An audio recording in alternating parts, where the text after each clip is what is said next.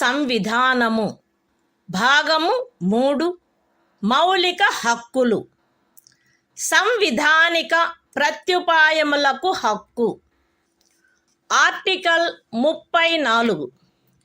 ఏదేని ప్రాంతములో సైనిక శాసనము అమలులోనున్నప్పుడు ఈ భాగము ద్వారా ప్రదత్తమైన హక్కులపై నిర్బంధన.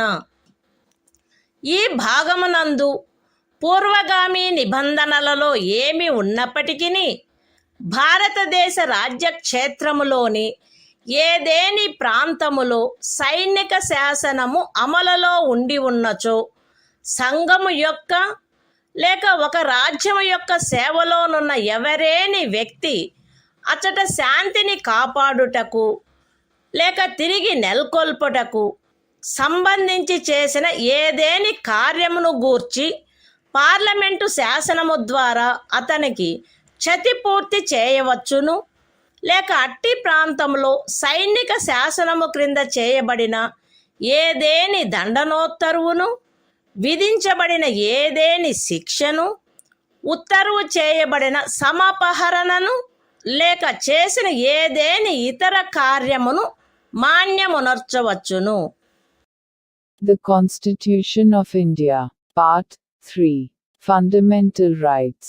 Right to constitutional remedies. Article 34. Restriction on rights conferred by this part while martial law is in force in any area. Notwithstanding anything in the foregoing provisions of this part, Parliament may, by law, indemnify any person, in the service of the Union, or of a state, or any other person, in respect of any act done by him, in connection with the maintenance or restoration of order, in any area within the territory of India, where martial law was in force, or validate any sentence passed, punishment inflicted, forfeiture ordered, or other act done, under martial law in such area.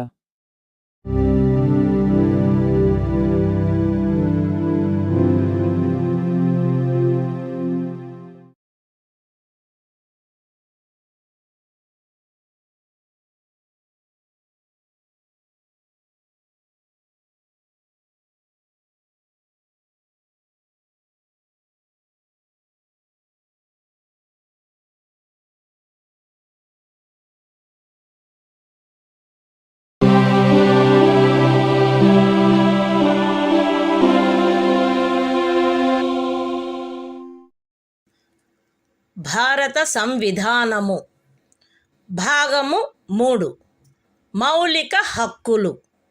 సంవిధానిక ప్రత్యుపాయములకు హక్కు.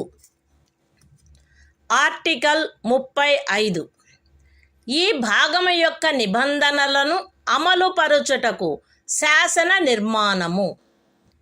ఈ సంవిధానమునందేమున్నప్పటికీ 16వ అనుచ్ఛేదము యొక్క ఖండము 3, 32వ అనుచ్ఛేదము యొక్క ఖండము 3, 33వ మరియు 34వ అనుచ్ఛేదముల క్రింద parliament చేయు శాసనము ద్వారా నిబంధింపబడదగిన విషయములలో దేనిని గూర్చి అయినను శాసనములను చేయుటకు మరియు ఈ భాగము క్రింద అపరాధములుగా ప్రఖ్యానించబడిన కార్యములకు శిక్షను విహితము చేయుట కొరకైన శాసనములను చేయుటకు పార్లమెంటు అధికారము కలిగియుండును.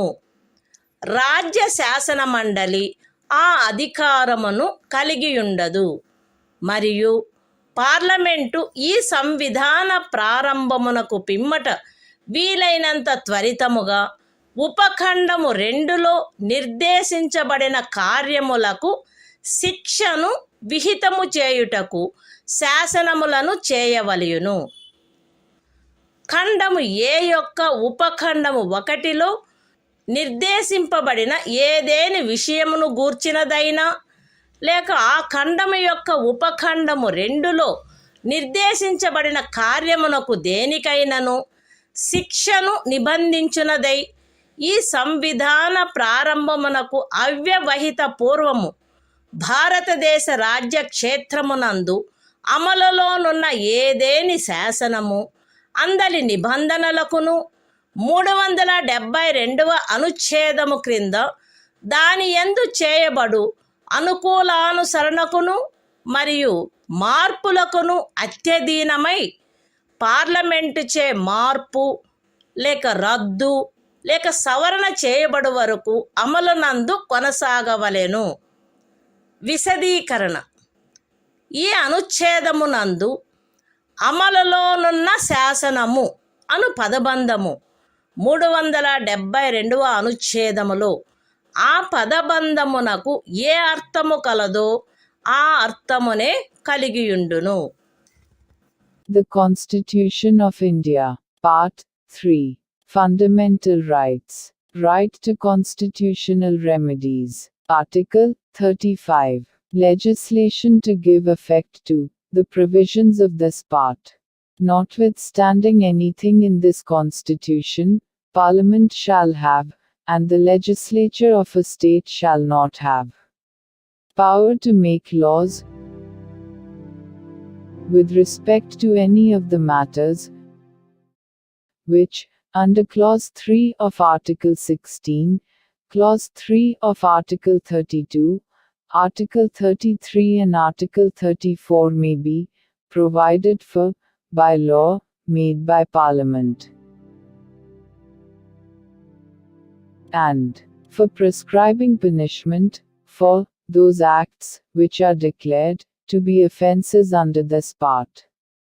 And Parliament shall, as soon as may be after the commencement of this Constitution, make laws for prescribing punishment for the acts referred to in subclause 2. Any law in force immediately before the commencement of this Constitution, in the territory of India, with respect to any of the matters referred to in subclause 1 of Clause A, or providing for punishment for any act referred to in subclause 2 of that clause shall, subject to the terms thereof, and to any adaptations and modifications that may be made therein, under Article 372, continue in force until altered, or repealed, or amended, by Parliament. Explanation: in this article, the expression law in force has the same meaning as in Article 372.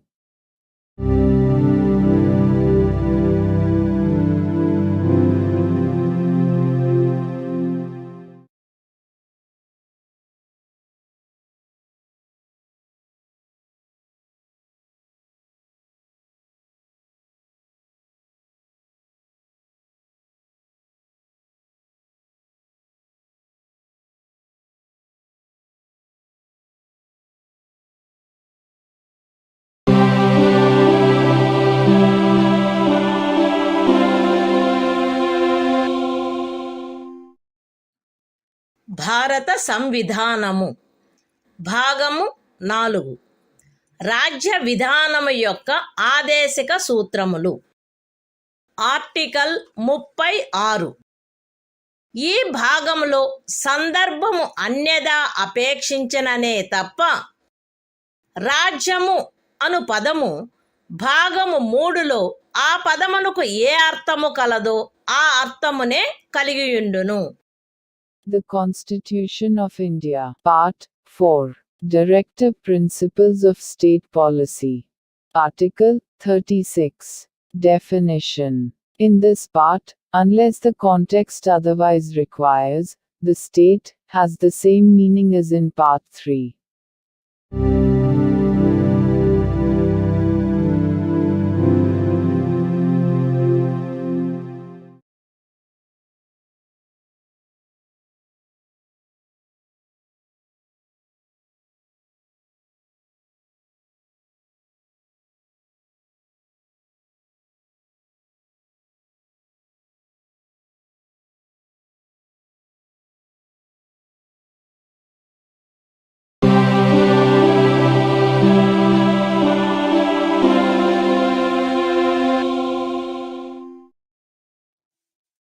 భారత సంవిధానము భాగము 4 రాజ్య విధానము యొక్క ఆదేశిక సూత్రములు.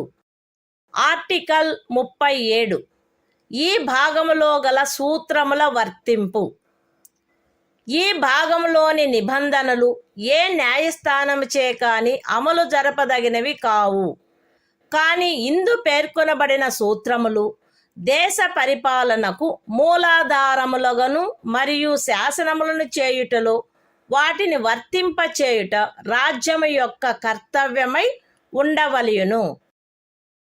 The Constitution of India, Part 4, Directive Principles of State Policy. Article 37. Application of the principles contained in this part. The provisions contained in this part shall not be enforceable by any court. But the principles therein laid down are, nevertheless, fundamental in the governance of the country, and it shall be the duty of the state to apply these principles in making laws.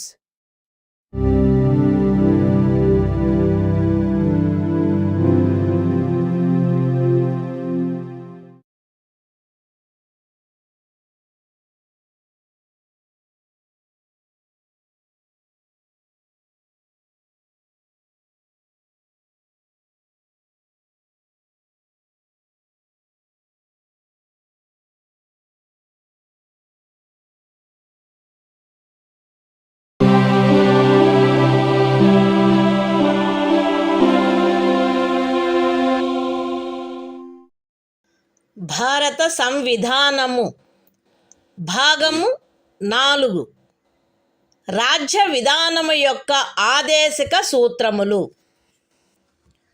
Article 38 రాజ్యము ప్రజల శ్రేయస్సును పెంపొందించు సాంఘిక వ్యవస్థను చేకూర్చుట. జాతీయ జీవనంలోని అన్ని రంగములలో సాంఘిక, ఆర్థిక మరియు రాజకీయ న్యాయమును ఉజ్జీవింపచేయు సాంఘిక వ్యవస్థను వీలైనంత వరకు కట్టుదిట్టము చేకూర్చుట ద్వారాను దానిని రక్షించుట ద్వారాను రాజ్యము ప్రజల శ్రేయస్సును పెంపొందించుటకు పాటుపడవలెను. రాజ్యము ప్రత్యేకించి రాబడిలో అసమానతలను తగ్గించుటకు పాటుపడవలెను మరియు విభిన్న ప్రాంతములందు నివసించుచున్న లేక విభిన్న వృత్తులను చేపట్టిన వ్యక్తుల మధ్య మాత్రమే కాకుండా ప్రజావర్గముల మధ్య కూడా హోదా, సౌకర్యములు మరియు అవకాశములందు అసమానతలను తొలగించుటకు ప్రయత్నించవలెను. The Constitution of India, Part 4, Directive Principles of State Policy. Article 38. State to secure social order, for the promotion of welfare of the people. The state shall strive to promote the welfare of the people by securing and protecting as effectively as it may a social order in which justice, social, economic, and political shall inform all the institutions of the national life. The state shall, in particular, strive to minimize the inequalities in income, and endeavor to eliminate inequalities in status, facilities and opportunities, not only amongst individuals, but also amongst groups of people, residing in different areas, or engaged in different vocations.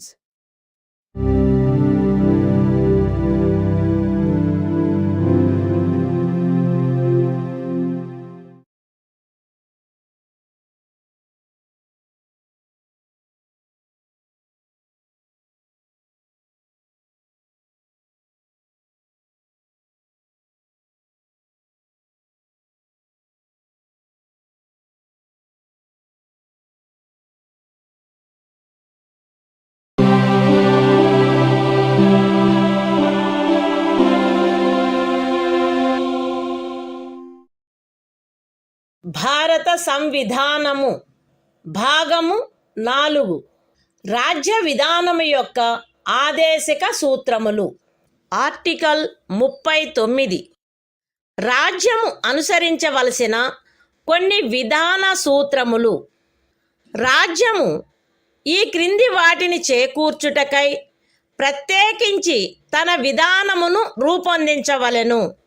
అవేవనగా స్త్రీ పురుష భేదము లేకుండా పౌరులు తగిన జీవనోపాధి సాధనములకు హక్కు కలిగియుండుట, జనులందరి ఉమ్మడి మేలును అత్యుత్తముగా సమకూర్చునట్లు సమాజపు భౌతిక వనరుల సామ్యమును మరియు నియంత్రణను పంపిణీ చేయుట, ఆర్థిక వ్యవస్థ యొక్క ప్రవృత్తి వలన జనసామాన్యమునకు హానికరమగునట్లుగా ఐశ్వర్యము ఉత్పాదన సాధనములు కేంద్రీకృతము కాకుండుట, స్త్రీ పురుషులు ఉభయులకు సమానమైన పనికి సమానమైన వేతనము లభించుట, స్త్రీ పురుష కార్మికుల ఆరోగ్యము శరీర దారుఢ్యము మరియు పిల్లల సుకుమారత్వము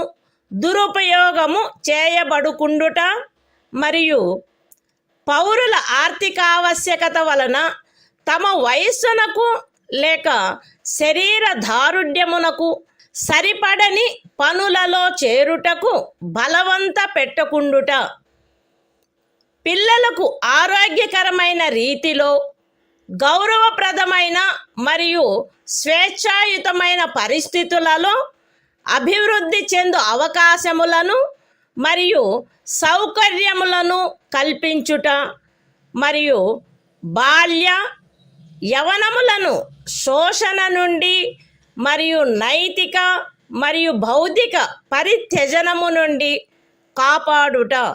The Constitution of India, Part 4, Directive Principles of State Policy. Article 39. Certain principles of policy to be followed by the state. The state shall, in particular, direct its policy towards securing a. that the citizens, men and women equally, have the right to an adequate means of livelihood. b. that the ownership and control of the material resources of the community are so distributed as best to subserve the common good. c. that the operation of the economic system does not result in the concentration of wealth and means of production to the common detriment. d. that there is equal pay for equal work for both men and women. a. that the health and strength of workers, men and women, and the tender age of children are not abused, and that citizens are not forced by economic necessity to enter avocations unsuited to their age or strength. f. that children are given opportunities and facilities to develop in a healthy manner and in conditions of freedom and dignity, and that childhood and youth are protected against exploitation and against moral and material abandonment.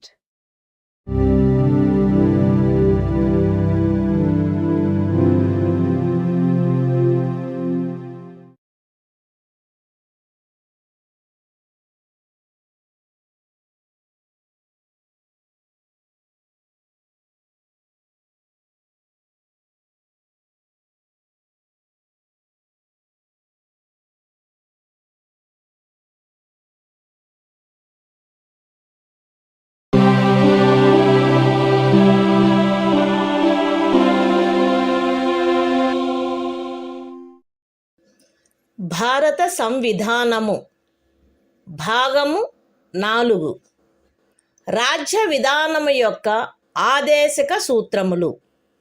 Article 39A సమాన న్యాయము ఉచిత న్యాయవాద సహాయము. శాసన వ్యవస్థ ప్రవృత్తి సమానావకాశ ప్రాతిపదికపై న్యాయమును చేకూర్చు రీతిలో నిర్వహించబడునట్లు రాజ్యము కట్టుదిట్టము చేయవలెను. మరియు ప్రత్యేకముగా ఏ పౌరునికైనను ఆర్థిక లేక ఇతర అసక్తతల కారణమున న్యాయమును పొందు అవకాశములు అలభ్యము కాకుండునట్లు కట్టుదిట్టము చేయుటకై తగిన శాసన నిర్మాణమును లేక పథకముల ద్వారా గాని ఏదేని ఇతర విధముగా గాని ఉచిత న్యాయవాద సహాయమును సమకూర్చవలెను. The Constitution of India, Part 4, Directive Principles of State Policy. Article 39A. Equal justice and free legal aid.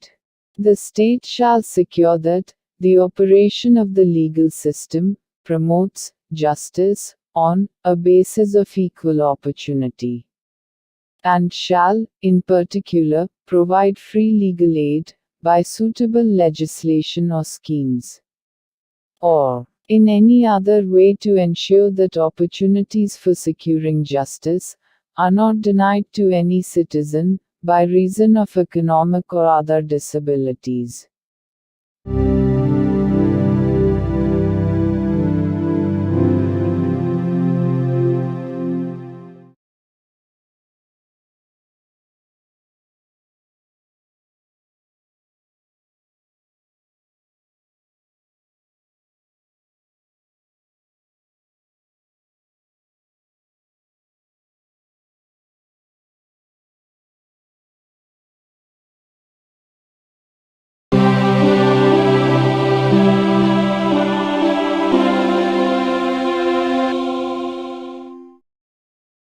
భారత సంవిధానము భాగము 4 రాజ్య విధానము యొక్క ఆదేశక సూత్రములు.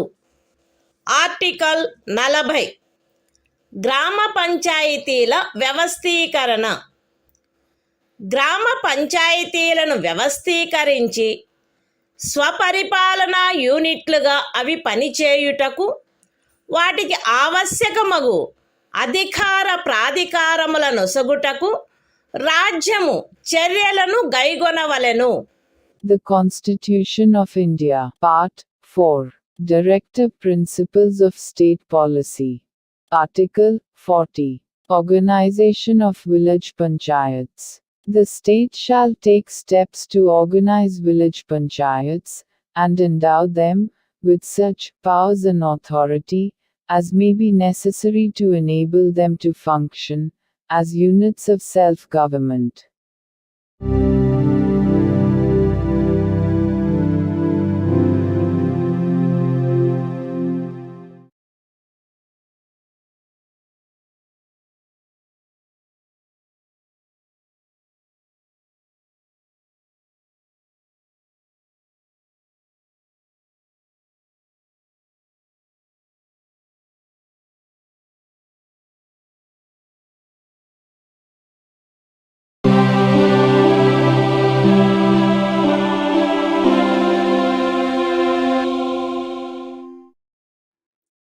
భారత సంవిధానము భాగము 4 రాజ్య విధానము యొక్క ఆదేశక సూత్రములు.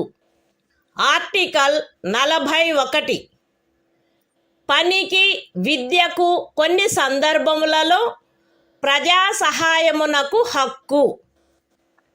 రాజ్యము దాని ఆర్థిక స్తోమత మరియు అభివృద్ధి పరిమితుల మేరకు పనిచేయు హక్కును, విద్య నేర్చుకొను హక్కును మరియు నిరుద్యోగము, వృద్ధాప్యము, అనారోగ్యము, అంగవైకల్యము మరియు ఇతర విధములైన అకారణ దారిద్ర్యము కలిగిన సందర్భములలో ప్రజా సహాయమును పొందు హక్కును చేకూర్చుటకై కట్టుదిట్టమైన ఏర్పాటు చేయవలెను. The Constitution of India, Part 4, Directive Principles of State Policy. Article 41. Right to work, to education, and to public assistance, in certain cases. The state shall, within the limits of its economic capacity and development, make effective provision for securing the right to work, to education, and to public assistance, in cases of unemployment, old age, sickness, and disablement, and in other cases of undeserved want.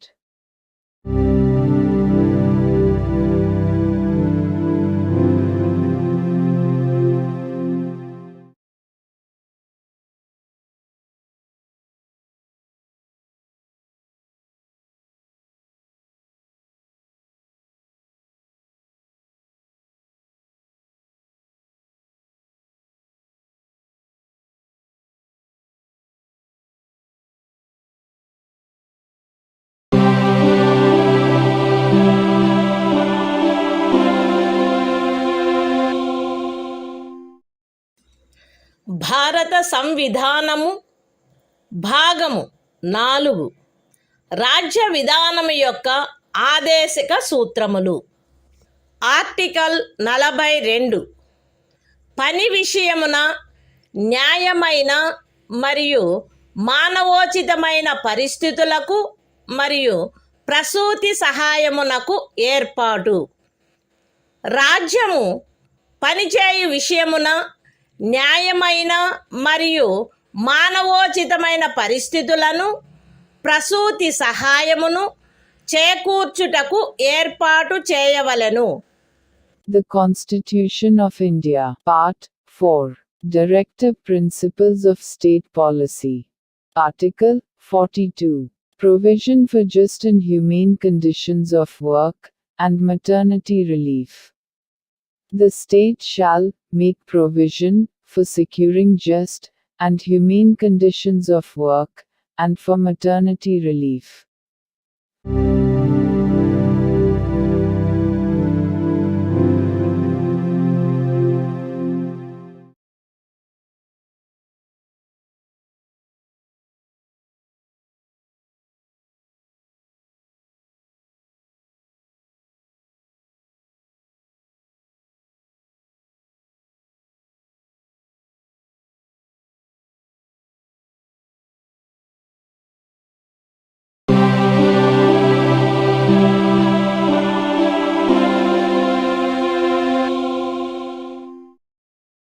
భారత సంవిధానము భాగము 4 రాజ్య విధానము యొక్క ఆదేశిక సూత్రములు. Article 43 కార్మికులకు జీవన భృతి మొదలగునవి. రాజ్యము తగిన శాసన నిర్మాణము ద్వారా లేక ఆర్థిక వ్యవస్థాపన ద్వారా లేక మరే విధముగానైనా వ్యవసాయ, పారిశ్రామిక లేక ఇతర కార్మికులందరికీ పనిని, జీవన భృతిని మరియు సముచిత జీవన స్థాయిని, విశ్రాంతి మరియు సాంఘిక సాంస్కృతిక అవకాశముల పూర్తి వినియోగమును చేకూర్చునట్టి పని పరిస్థితులను కల్పించుటకు ప్రయత్నించవలెను. మరియు ప్రత్యేకించి గ్రామీణ ప్రాంతములలో వైయక్తిక ప్రాతిపదికపై లేక సహకార ప్రాతిపదికపై కుటీర పరిశ్రమలను పెంపొందింపచేయుటకు ప్రయత్నించవలెను. The Constitution of India, Part 4, Directive Principles of State Policy. Article 43. Living wage, etc., for workers. The state shall endeavor to secure, by suitable legislation, or economic organization or in any other way, to all workers, agricultural, industrial or otherwise, work, a living wage, conditions of work ensuring a decent standard of life, and full enjoyment of leisure, and social and cultural opportunities, and, in particular, the state shall endeavor to promote cottage industries, on an individual or cooperative basis, in rural areas.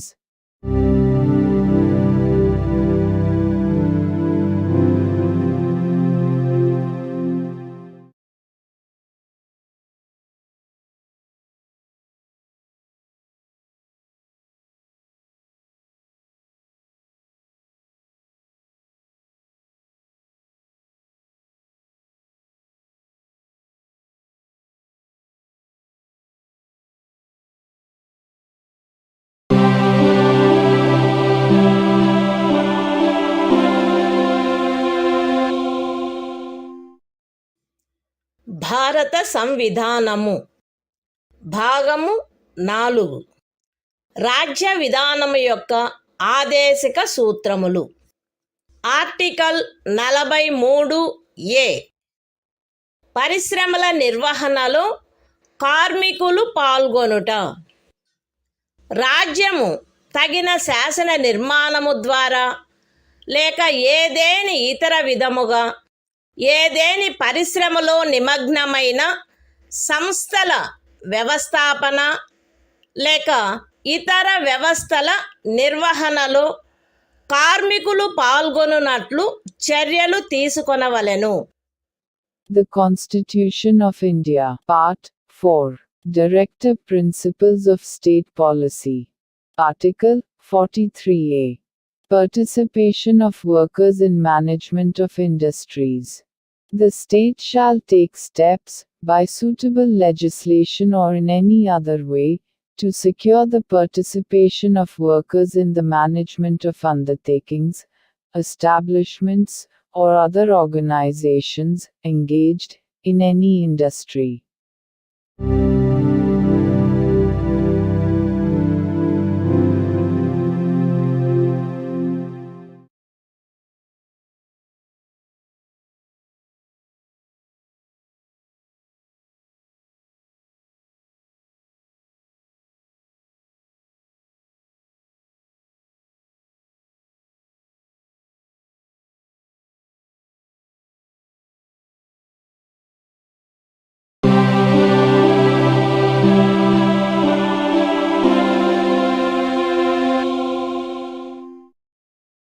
భారత సంవిధానము భాగము 4 రాజ్య విధానము యొక్క ఆదేశక సూత్రములు. Article 43B సహకార సంఘముల ప్రవర్ధనము. రాజ్యము సహకార సంఘములు స్వచ్ఛందముగా రూపొందించుటకు, స్వాయత్తముగా కృత్యములు నిర్వహించుటకు, ప్రజాస్వామ్య నియంత్రణ మరియు వృత్తిపరమై యాజమాన్యమును ప్రోత్సహించుటకు ప్రయత్నించవలెను. The Constitution of India, Part 4, Directive Principles of State Policy. Article 43B. Promotion of cooperative societies. The state shall endeavor to promote voluntary formation, autonomous functioning, democratic control and professional management of cooperative societies.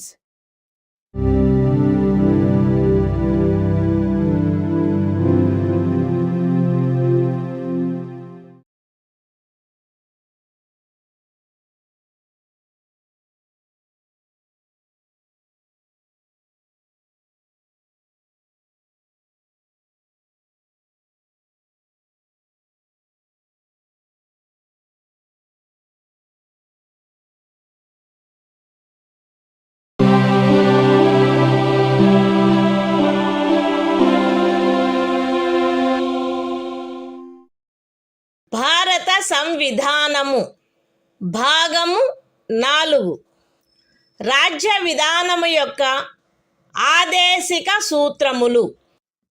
Article 44 పౌరులందరకు ఏకరూపమైన civil Smriti.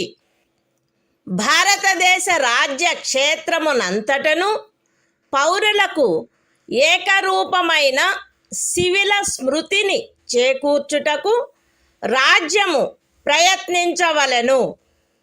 The Constitution of India, Part 4, Directive Principles of State Policy. Article 44. Uniform Civil Code for the Citizens. The state shall endeavor to secure for the citizens a uniform civil code throughout the territory of India.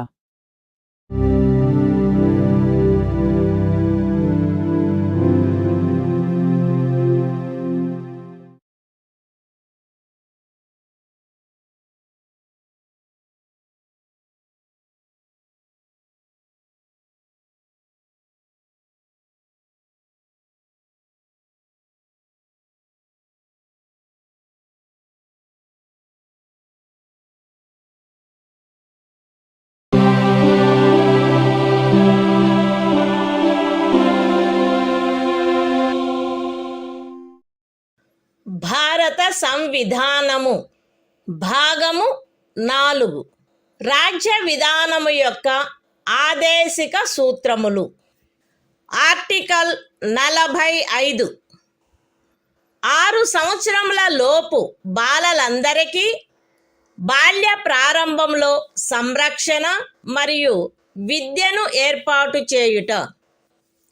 బాలలందరూ వారు 6 సంవత్సరముల వయస్సు పూర్తి చేయునంత వరకు వారికి బాల్య ప్రారంభంలో సంరక్షణ మరియు విద్యను ఏర్పాటు చేయుటకు రాజ్యము ప్రయత్నించవలెను.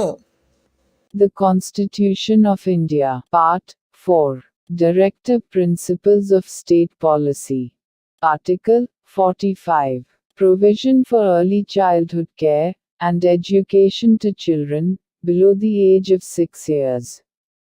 The state shall endeavor to provide early childhood care and education for all children until they complete the age of 6 years.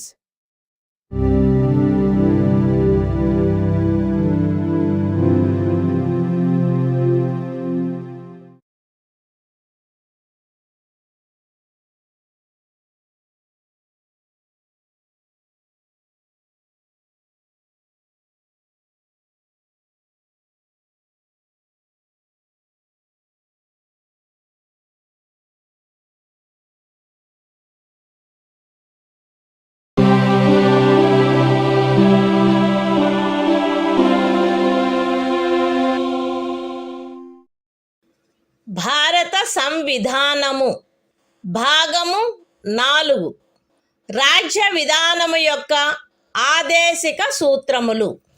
Article 46 అనుసూచిత కులముల, అనుసూచిత జనజాతుల మరియు ఇతర బలహీన వర్గముల యొక్క విద్యా విషయక మరియు ఆర్థిక హితములను పెంపొందించుట.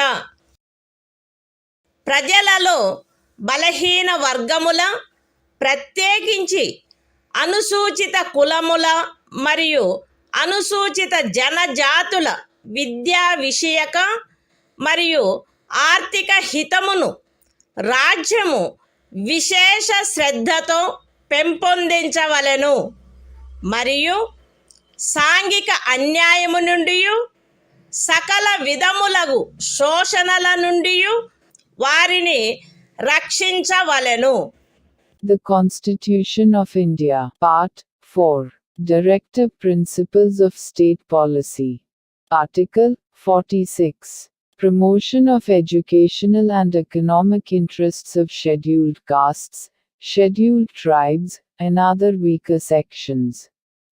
The state shall promote with special care the educational and economic interests of the weaker sections of the people, and, in particular, of the scheduled castes and the scheduled tribes, and shall protect them from social injustice and all forms of exploitation.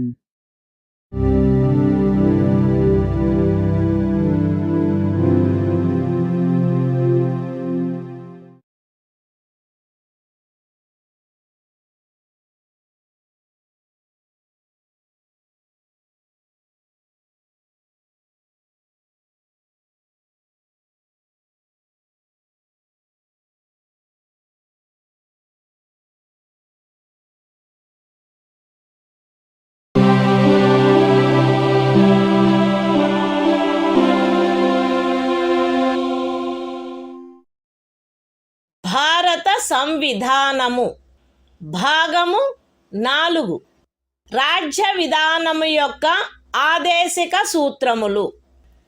Article 47 ఆహార పుష్టి స్థాయిని, జీవన స్థాయిని పెంచుటలో మరియు ప్రజారోగ్యమును మెరుగుపరచుటలో రాజ్యము యొక్క కర్తవ్యము. రాజ్యము ప్రజల ఆహార పుష్టి యొక్క స్థాయిని, జీవన స్థాయిని పెంచుట మరియు ప్రజారోగ్యమును మెరుగుపరుచుట తన ప్రాథమిక కర్తవ్యములలోనివిగా పరిగణించవలెను మరియు ప్రత్యేకించి వైద్య ప్రయోజనములకై తప్ప మద్యపానీయములను మరియు ఆరోగ్యమునకు భంగము కలిగించు ఔషధములను సేవించుటను నిషేధించుటకు రాజ్యము ప్రయత్నించవలెను. The Constitution of India, Part 4. Directive Principles of State Policy. Article 47. Duty of the state to raise the level of nutrition and the standard of living, and to improve public health. The state shall regard the raising of the level of nutrition and the standard of living of its people, and the improvement of public health, as among its primary duties, and, in particular, the state shall endeavor to bring about prohibition of the consumption, except for medicinal purposes, of intoxicating drinks and of drugs, which are injurious to health.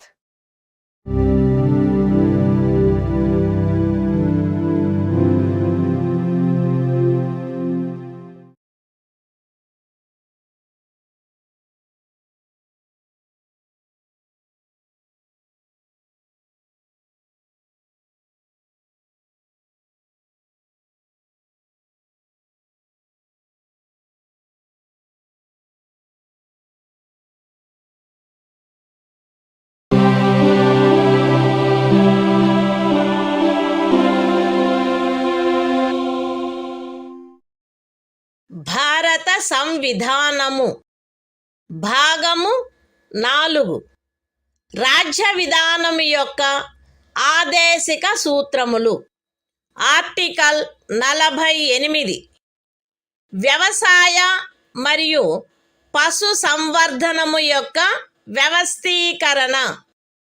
రాజ్యము ఆధునిక మరియు శాస్త్రీయ పద్ధతులను అనుసరించి వ్యవసాయమును పశు సంవర్ధనమును వ్యవస్థీకరించవలెను మరియు ప్రత్యేకించి ఆవుల, దూడల, ఇతర పాడి పశువుల, భారవాహక పశువుల జాతులను పరిరక్షించి మెరుగుపరచుటకును వాటి వధను నిషేధించుటకును రాజ్యము చర్యలను గైగొనవలెను.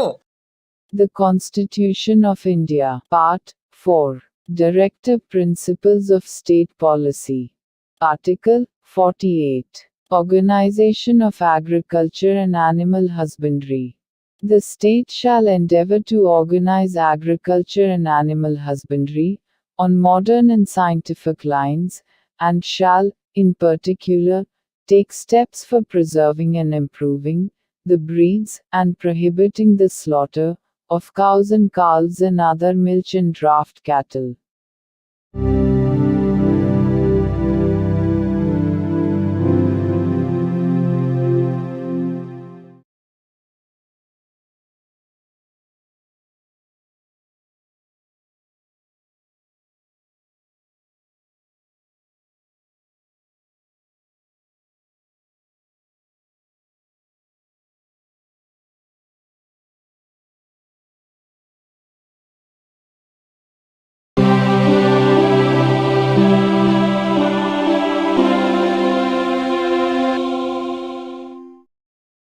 భారత సంవిధానము భాగము 4 రాజ్య విధానము యొక్క ఆదేశిక సూత్రములు. ఆర్టికల్ 48 ఏ పరిసరముల రక్షణ మరియు అభివృద్ధి మరియు అడవుల వన్యప్రాణుల సంరక్షణ. రాజ్యము పరిసరములను కాపాడి అభివృద్ధి చేయుటకును దేశములోని అడవులను వన్యప్రాణులను సంరక్షించుటకును ప్రయత్నించవలెను. The Constitution of India, Part 4. Directive Principles of State Policy. Article 48A. Protection and improvement of environment, and safeguarding of forests and wildlife. The state shall endeavor to protect and improve the environment, and to safeguard the forests and wildlife of the country.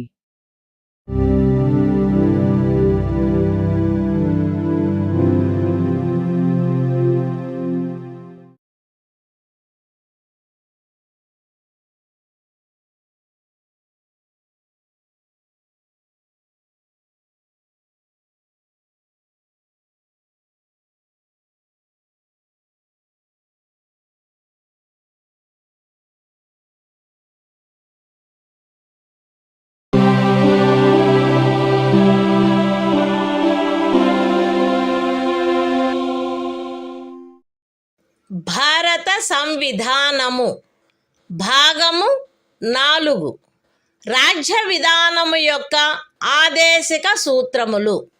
Article 49 జాతీయ ప్రాముఖ్యము గల స్మారక చిహ్నములను రక్షించుట. Parliament చేయబడిన శాసనము ద్వారా గాని లేదా దాని క్రింద గాని జాతీయ ప్రాముఖ్యము గలవని ప్రఖ్యానించబడిన కళాత్మక లేక ఐతిహాసిక ప్రయోజనము గల ప్రతి ఒక్క స్మారక చిహ్నమును లేక స్థలమును లేక వస్తువును సందర్భానుసారముగా కొల్లగొట్టుట, విరూపణము, వినాశనము, తొలగింపు, వ్యయనము లేక ఎగుమతి చేయుట నుండి రక్షించుట రాజ్యము యొక్క బాధ్యత అయ్యుండును. The Constitution of India, Part 4, Directive Principles of State Policy. Article 49. Protection of monuments and places and objects of national importance. It shall be the obligation of the state to protect every monument, or place, or object of artistic, or historic interest, declared by, or under law made by Parliament to be of national importance, from spoliation, disfigurement, destruction, removal, disposal or export, as the case may be.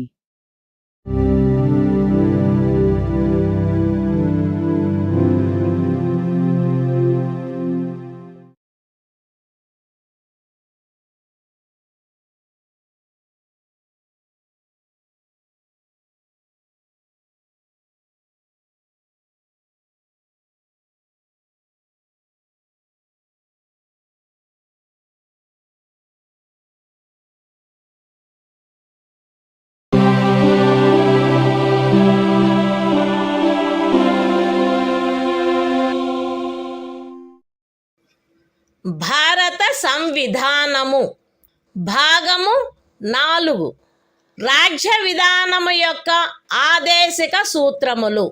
Article 50 న్యాయపాలికను కార్యపాలక వర్గము నుండి వేరుపరుచుట. రాజ్యం యొక్క public సేవలలో న్యాయపాలికను కార్యపాలక వర్గము నుండి వేరుపరుచుటకు రాజ్యము చర్యలను గైగొనవలెను. The Constitution of India, Part 4, Directive Principles of State Policy. Article 50. Separation of judiciary from executive. The state shall take steps to separate the judiciary from the executive, in the public services of the state.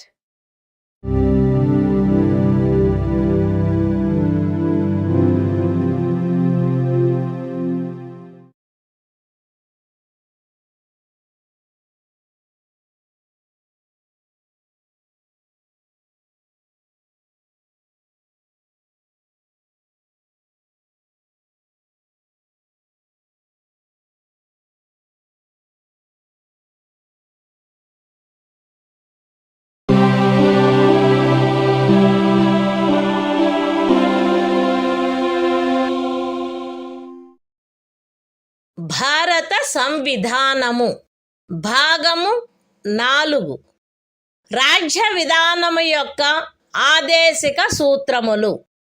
Article 51 అంతర్జాతీయ శాంతి భద్రతలను పెంపొందించుట. రాజ్యము ఈ క్రింది వాటికై ప్రయత్నించవలెను: అంతర్జాతీయ శాంతి భద్రతలను పెంపొందించుట, జాతుల మధ్య న్యాయమైన మరియు గౌరవప్రదమైన సంబంధములను నెలకొల్పుట, సువ్యవస్థిత ప్రజానీకముల పరస్పర వ్యవహారములందు అంతర్జాతీయ శాసనము పట్ల, సంధి బాధ్యతల పట్ల గౌరవమును పెంపొందించుట మరియు అంతర్జాతీయ వివాదముల పరిష్కారము మధ్యవర్తిత్వము ద్వారా జరుగుటను ప్రోత్సహించుట. The Constitution of India, Part 4, Directive Principles of State Policy. Article 51. Promotion of international peace and security. The state shall endeavor to a. Promote international peace and security. b. Maintain just and honorable relations between nations. c. Foster respect for international law and treaty obligations in the dealings of organized peoples with one another. And d. Encourage settlement of international disputes by arbitration.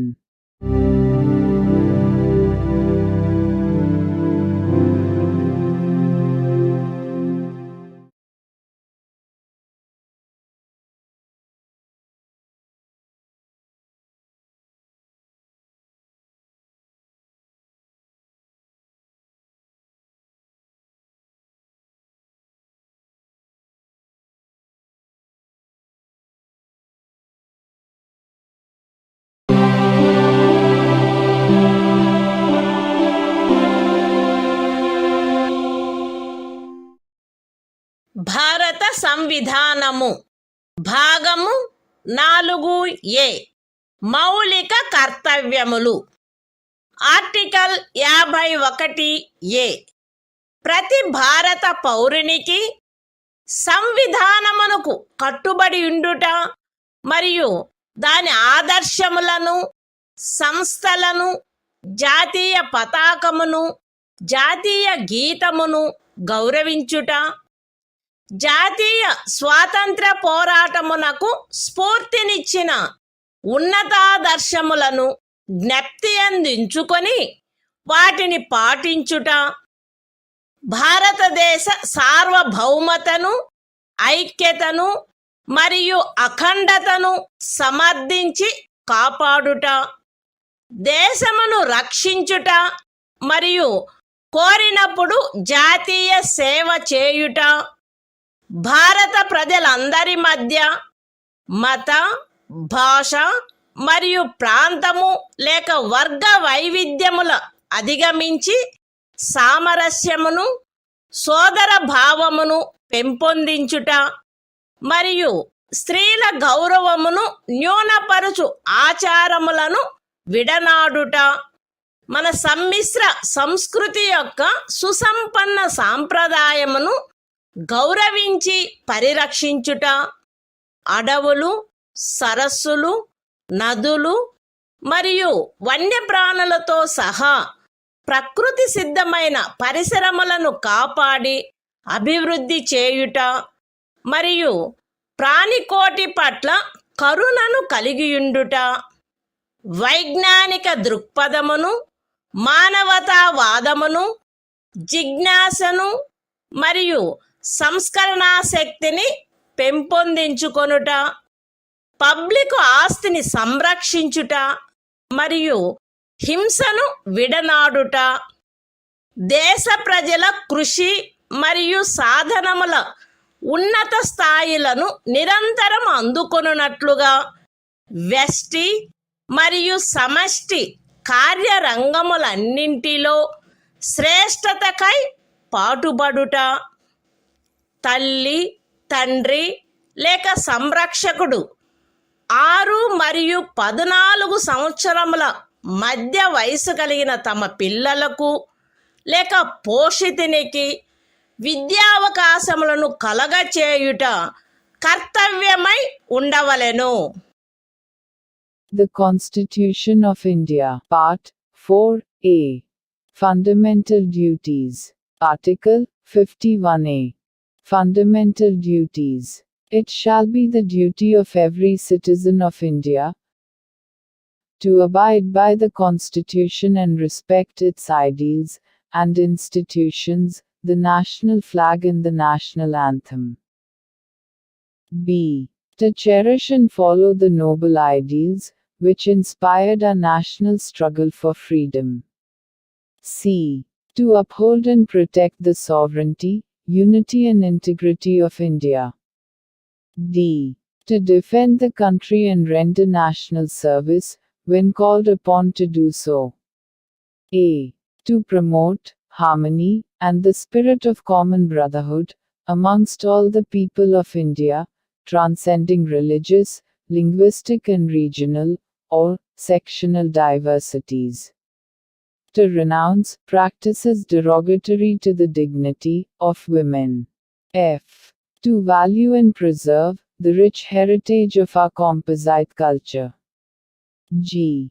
To protect and improve the natural environment, including forests, lakes, rivers and wildlife, and to have compassion for living creatures. H. To develop the scientific temper, humanism, and the spirit of inquiry and reform. I. To safeguard public property and to abjure violence. J. To strive towards excellence in all spheres of individual and collective activity, so that the nation constantly rises to higher levels of endeavor and achievement. K. Who is a parent or guardian, to provide opportunities for education to his child, or, as the case may be, what between the age of 6 and 14 years.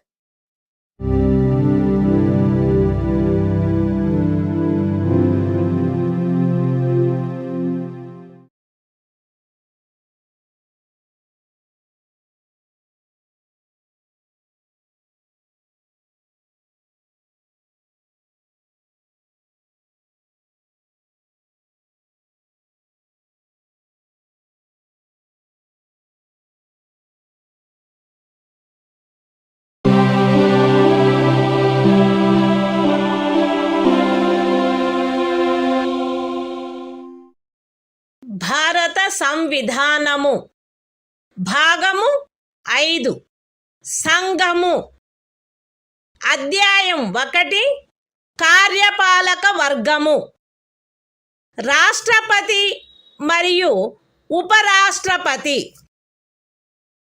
Article 52 భారత రాష్ట్రపతి భారతదేశమునకు ఒక రాష్ట్రపతి ఉండవలెను. The Constitution of India, Part 5, The Union. Chapter 1. The Executive. The President and Vice President. Article 52. The President of India. There shall be a President of India.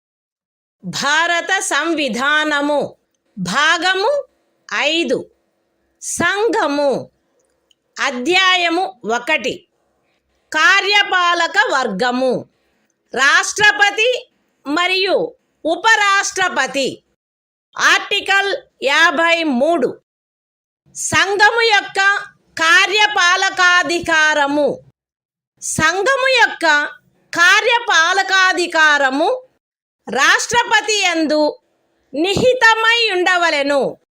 ఆయన దానిని స్వయముగా లేక తనకు అధీనస్థులగు అధికారుల ద్వారా ఈ సంవిధానమును అనుసరించి వినియోగించవలెను. పూర్వగామి నిబంధన యొక్క సాధారణతకు భంగము కలగకుండా సంఘము యొక్క రక్షణ బలములపై సర్వాధిపత్యము రాష్ట్రపతి యందు నిహితమై ఉండవలెను మరియు దాని వినియోగము శాసనము ద్వారా క్రమబద్ధము చేయబడవలెను.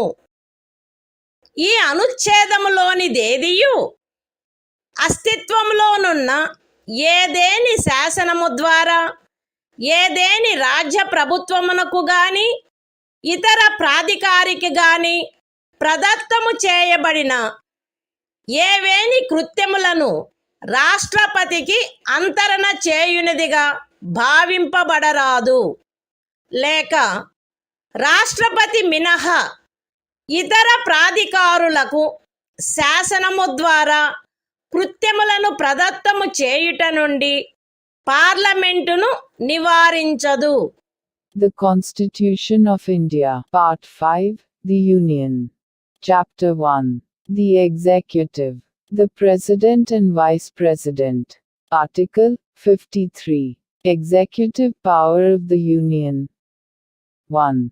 The executive power of the Union shall be vested in the President, and shall be exercised by him, either directly, or through officers, subordinate to him, in accordance with this Constitution. 2. Without prejudice to the generality of the foregoing provision, the supreme command of the defense forces of the Union shall be vested in the President, and the exercise thereof shall be regulated by law. 3. Nothing in this article shall be deemed to transfer to the President any functions conferred by any existing law on the government of any state, or other authority, or prevent Parliament from conferring by law functions on authorities other than the President.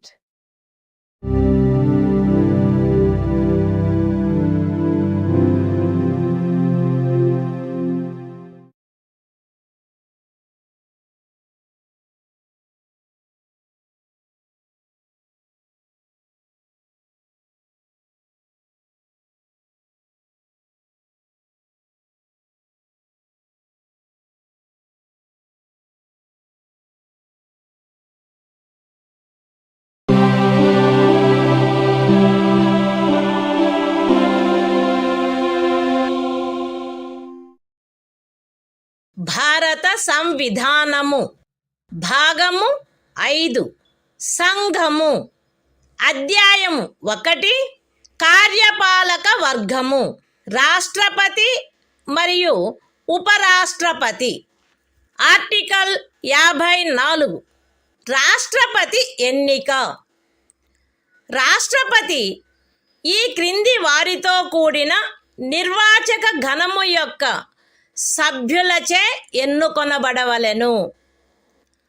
Parliament ఉభయ సదనములోని ఎన్నుకొనబడిన సభ్యులు మరియు రాజ్య శాసన సభలలోని ఎన్నుకొనబడిన సభ్యులు. విశదీకరణ. ఈ అనుచ్ఛేదము మరియు అనుచ్ఛేదము 55లోని రాజ్యము అను పదములో ఢిల్లీ జాతీయ రాజధాని రాజ్యక్షేత్రము మరియు పాండిచ్చేరి సంఘ రాజ్యక్షేత్రము చేరియుండును. The Constitution of India, Part 5, The Union. Chapter 1. The Executive. The President and Vice President. Article 54. Election of President. The President shall be elected by the members of an electoral college, consisting of a. the elected members of both houses of Parliament, and b. the elected members of the legislative assemblies of the states. Explanation. In this article, and in Article 55, State includes the National Capital Territory of Delhi and the Union Territory of Pondicherry.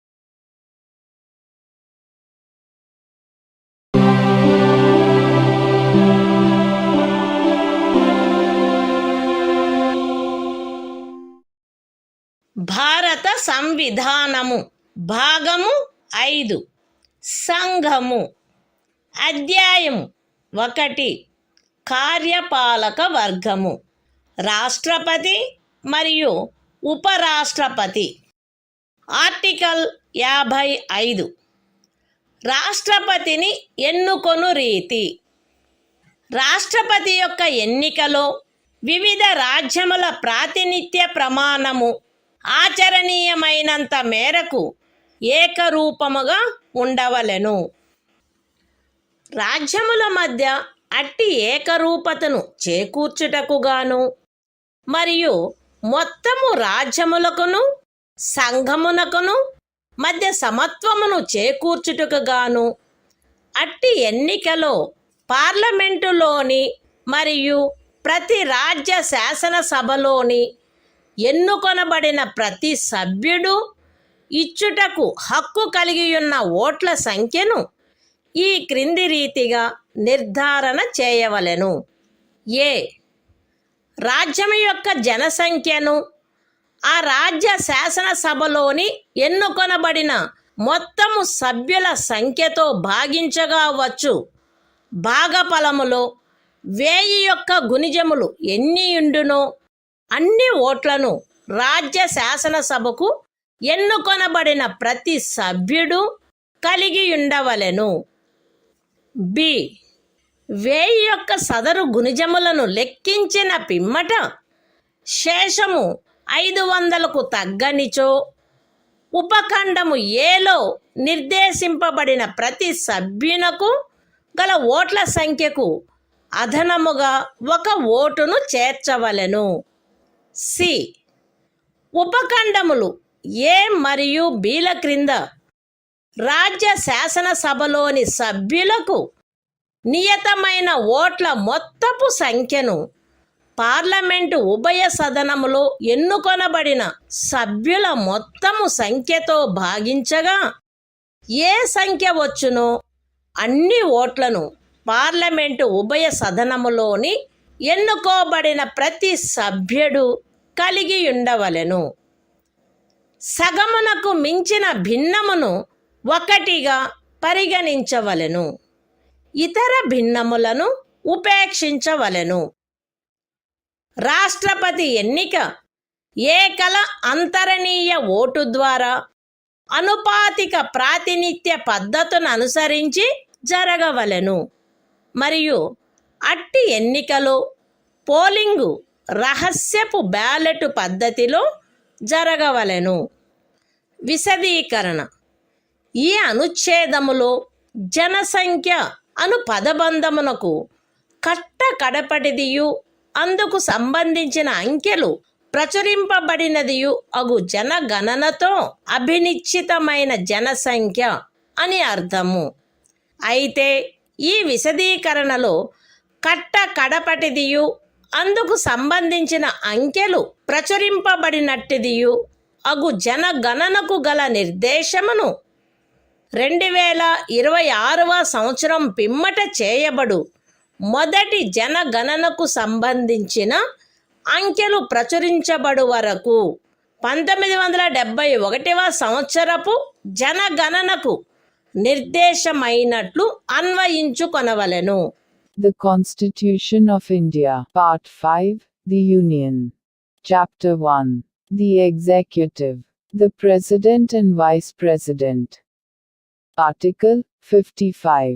Manner of election of President. 1. As far as practicable, there shall be uniformity in the scale of representation of the different states at the election of the President. 2. For the purpose of securing such uniformity among the states, inter se, as well as parity between the states as a whole and the Union, the number of votes, which each elected member of Parliament, and of the Legislative Assembly of each state, is entitled to cast at such election, shall be determined in the following manner. A. Every elected member of the Legislative Assembly of a state shall have as many votes as there are multiples of 1,000. In the quotient obtained by dividing the population of the state by the total number of the elected members of the Assembly. B. If, after taking the said multiples of 1,000, the remainder is not less than 500, then the vote of each member referred to in subclause A shall be further increased by 1. C. Each elected member of either House of Parliament shall have such number of votes as may be obtained by dividing the total number of votes assigned to the members of the legislative assemblies of the states under subclauses A and B by the total number of the elected members of both houses of Parliament. Fractions exceeding 1/2 being counted as one and other fractions being disregarded. 3. The election of the President shall be held in accordance with the system of proportional representation, by means of the single transferable vote, and the voting at such election shall be by secret ballot. Explanation. In this article, the expression population means the population as ascertained at the last preceding census, of which the relevant figures have been published.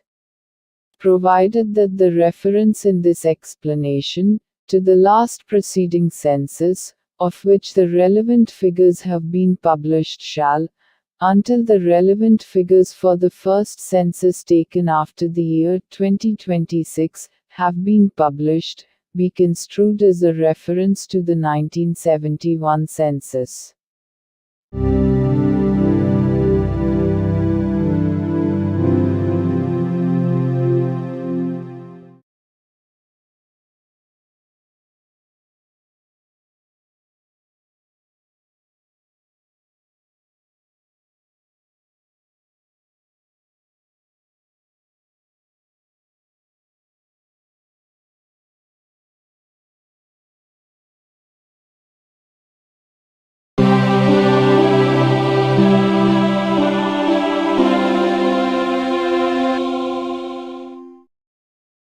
భారత సంవిధానము భాగము 5 సంఘము అధ్యాయము 1 కార్యపాలక వర్గము రాష్ట్రపతి మరియు ఉపరాష్ట్రపతి article 56 రాష్ట్రపతి పదావధి రాష్ట్రపతి తన పదవిలో ప్రవేశించిన తేదీ నుండి 5 సంవత్సరముల కాలావధి వరకు పదవి యందుండవలెను.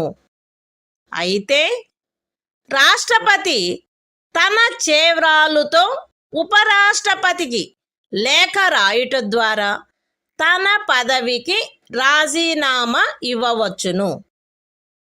రాష్ట్రపతిని సంవిధానాతిక్రమణము కావించినందుకు 61వ అనుచ్ఛేదములో నిబంధించబడిన రీతిగా మహాభియోగము ద్వారా పదవి నుండి తొలగించవచ్చును.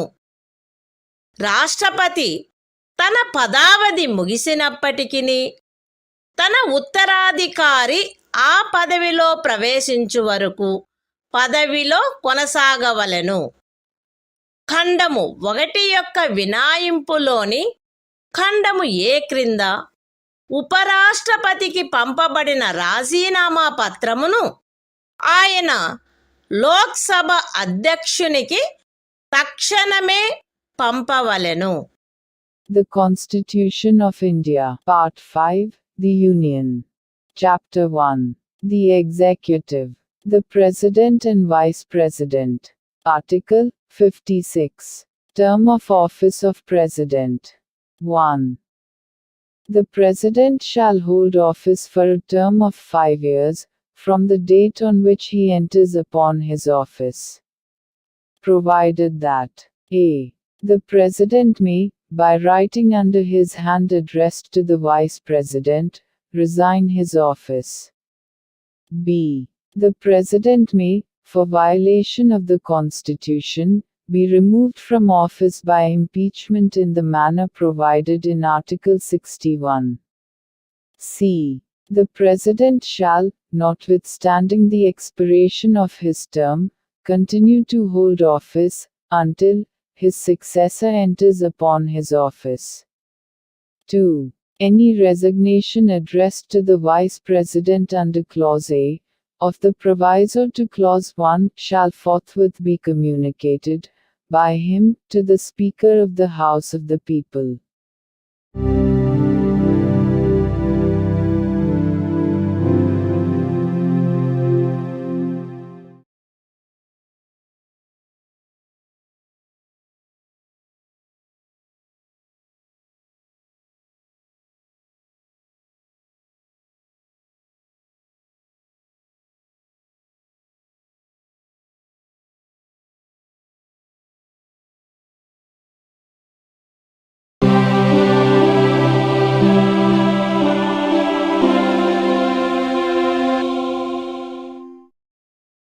భారత సంవిధానము భాగము 5 సంఘము అధ్యాయము 1 కార్యపాలక వర్గము రాష్ట్రపతి మరియు ఉపరాష్ట్రపతి. ఆర్టికల్ 57 తిరిగి ఎన్నికకు పాత్రత. రాష్ట్రపతి పదవియందున్నా లేక ఆ పదవియందుండిన ఏ వ్యక్తి అయినను ఈ సంవిధానములోని ఇతర నిబంధనలకు అత్యధీనమై ఆ పదవికి తిరిగి ఎన్నుకొనుబడుటకు పాత్రుడై ఉండును.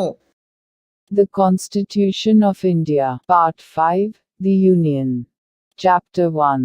The Executive. The President and Vice President. Article 57. Eligibility for re-election. A person who holds, or who has held, office as President shall, subject to the other provisions of this Constitution, be eligible for re-election to that office.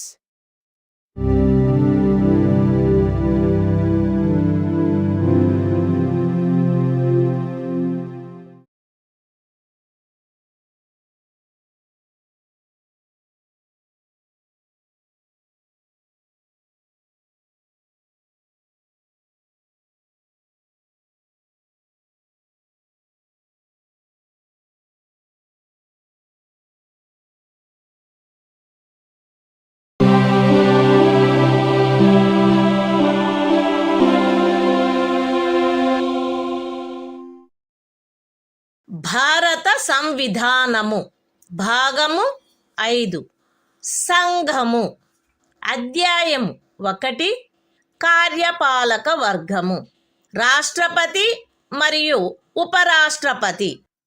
Article 58 రాష్ట్రపతిగా ఎన్నికకు అర్హతలు. ఏ వ్యక్తి గాని భారతదేశ పౌరుడై ఉన్ననే తప్ప 35 సంవత్సరముల వయస్సు పూర్తి అయిననే తప్ప మరియు లోక్సభ సభ్యుడుగా ఎన్నుకొనబడుటకు అర్హుడై ఉన్ననే తప్ప రాష్ట్రపతిగా ఎన్నుకోబడుటకు పాత్రుడు కాడు. ఏ వ్యక్తి అయినను భారత ప్రభుత్వము క్రింద లేక ఏదేని రాజ్య ప్రభుత్వము క్రింద లేక సదరు ప్రభుత్వములోని దేని యొక్క నియంత్రణకైనను అత్యధీనమై ఉన్న ఏదేని స్థానిక లేక ఇతర ప్రాధికారి క్రింద గాని లాభాయుతమైన ఏదేని పదవి యందున్నచో ఆ వ్యక్తి రాష్ట్రపతిగా ఎన్నుకొనబడుటకు పాత్రుడు కాడు. విశదీకరణ: ఈ అనుచ్ఛేదపు నిమిత్తము ఎవరేని వ్యక్తి సంఘము యొక్క రాష్ట్రపతిగా లేక ఉపరాష్ట్రపతిగా లేక ఏదేని రాజ్యము యొక్క గవర్నరుగా లేక సంఘము యొక్క లేక ఏదేని రాజ్యము యొక్క మంత్రిగానున్న కారణమును బట్టి మాత్రమే లాభాయుతమైన పదవి యందున్నట్లు భావించబడరాదు. The Constitution of India, Part 5, The Union. Chapter 1. The Executive. The President and Vice President. Article 58. Qualifications for election as President.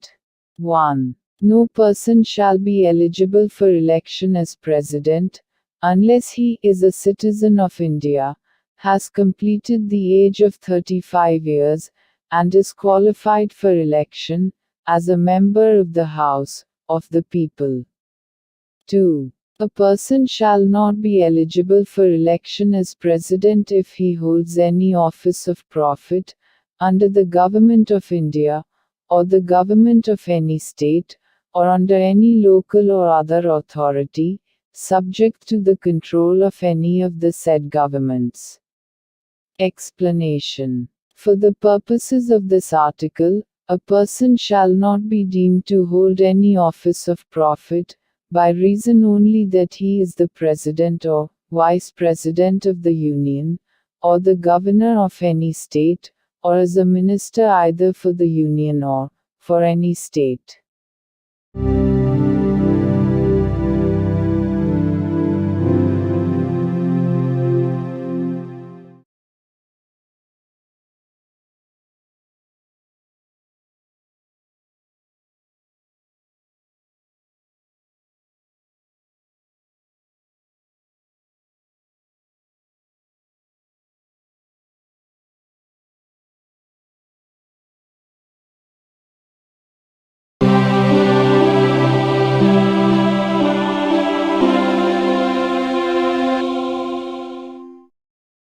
భారత సంవిధానము భాగము 5 సంఘము అధ్యాయము 1 కార్యపాలక వర్గము రాష్ట్రపతి మరియు ఉపరాష్ట్రపతి. ఆర్టికల్ 59 రాష్ట్రపతి పదవీ షరతులు. రాష్ట్రపతి పార్లమెంటు యొక్క లేక ఏదేని రాజ్య శాసన మండలి యొక్క ఏ సదనములో గాని సభ్యుడుగా ఉండరాదు, మరియు పార్లమెంటు యొక్క లేక ఏదేని రాజ్య శాసన మండలి యొక్క ఏ సదనములోని సభ్యుడైనను రాష్ట్రపతిగా ఎన్నుకొనబడినచో ఆయన రాష్ట్రపతి పదవిలో ప్రవేశించిన తేదీ నుండి ఆ సదనములోని తన స్థానమును ఖాళీ చేసినట్లు భావించవలెను.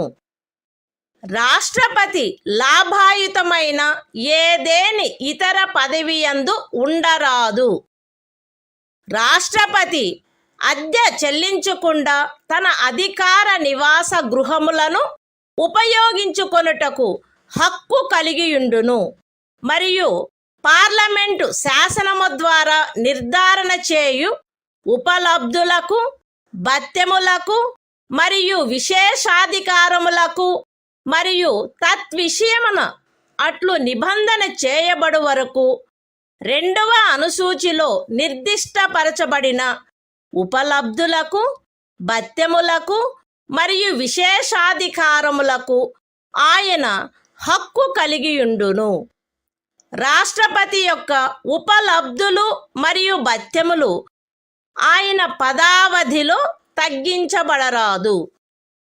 The Constitution of India, Part 5, The Union. Chapter 1. The Executive. The President and Vice President. Article 59. Conditions of President's office. 1. The President shall not be a member of either House of Parliament, or of a House of the Legislature of any state. And, if a member of either House of Parliament or of a House of the Legislature of any state be elected President, he shall be deemed to have vacated his seat in that House, on the date on which he enters upon his office as President. 2. The President shall not hold any other office of profit.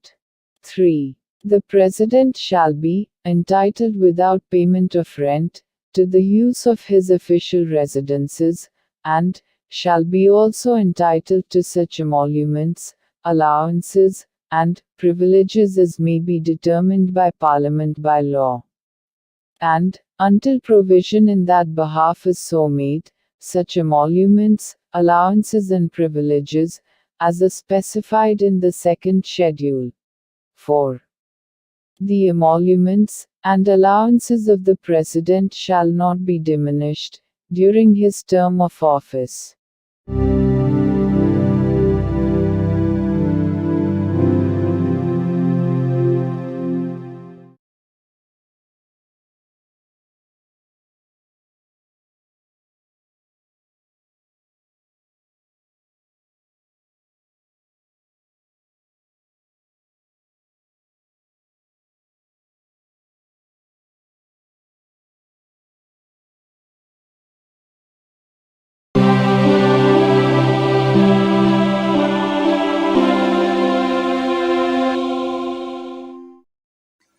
భారత సంవిధానము భాగము 5 సంఘము అధ్యాయము 1 కార్యపాలక వర్గము రాష్ట్రపతి మరియు ఉపరాష్ట్రపతి article 60 రాష్ట్రపతిచే ప్రమాణము లేక ప్రతిజ్ఞ ప్రతి రాష్ట్రపతి మరియు రాష్ట్రపతిగా వ్యవహరించు లేక రాష్ట్రపతి కృత్యములను నిర్వహించు ప్రతి వ్యక్తి తన పదవిలో ప్రవేశించుటకు పూర్వము భారతదేశ ముఖ్య న్యాయమూర్తి సమక్షమున లేక ఆయన హాజరు లేనప్పుడు సర్వోన్నత న్యాయస్థాన న్యాయాధీశులలో అందుబాటులోనున్న వారిలో అందరికంటే సీనియర్ న్యాయాధీశుని సమక్షమున గాని ఈ క్రింది రూపములో ప్రమాణము లేక ప్రతిజ్ఞ చేసి దానిపై చేవ్రాలు చేయవలెను. ఏబి అను నేను భారతదేశ రాష్ట్రపతి పదవిని శ్రద్ధాపూర్వకముగా నిర్వహింతుననియు లేక రాష్ట్రపతి యొక్క కృత్యములను శ్రద్ధాపూర్వకముగా నిర్వహింతుననియు నా సంపూర్ణ సామర్థ్యము మేరకు సంవిధానమును మరియు శాసనమును పరిరక్షించి సంరక్షించి రక్షింతుననియు భారతదేశ ప్రజల సేవయందును వారి క్షేమమునందును నిరతుడునయ్యదననియు దైవ సాక్షిగా ప్రమాణము చేయుచున్నాను. సత్యనిష్టతో ప్రతిజ్ఞ చేయుచున్నాను. The Constitution of India, Part 5, The Union. Chapter 1. The Executive. The President and Vice President. Article 60. Oath, or affirmation, by the President. Every President, and every person acting as President, or discharging the functions of the President, shall, before entering upon his office, make and subscribe in the presence of the Chief Justice of India, or, in his absence, the senior most judge of the Supreme Court available, an oath or affirmation in the following form, that is to say, I, A.B., do swear in the name of God, that I will faithfully execute the office, solemnly affirm of President, or discharge the functions of the President of India, and will to the best of my ability, preserve, protect and defend the Constitution, and the law, and that I will devote myself to the service and well-being of the people of India.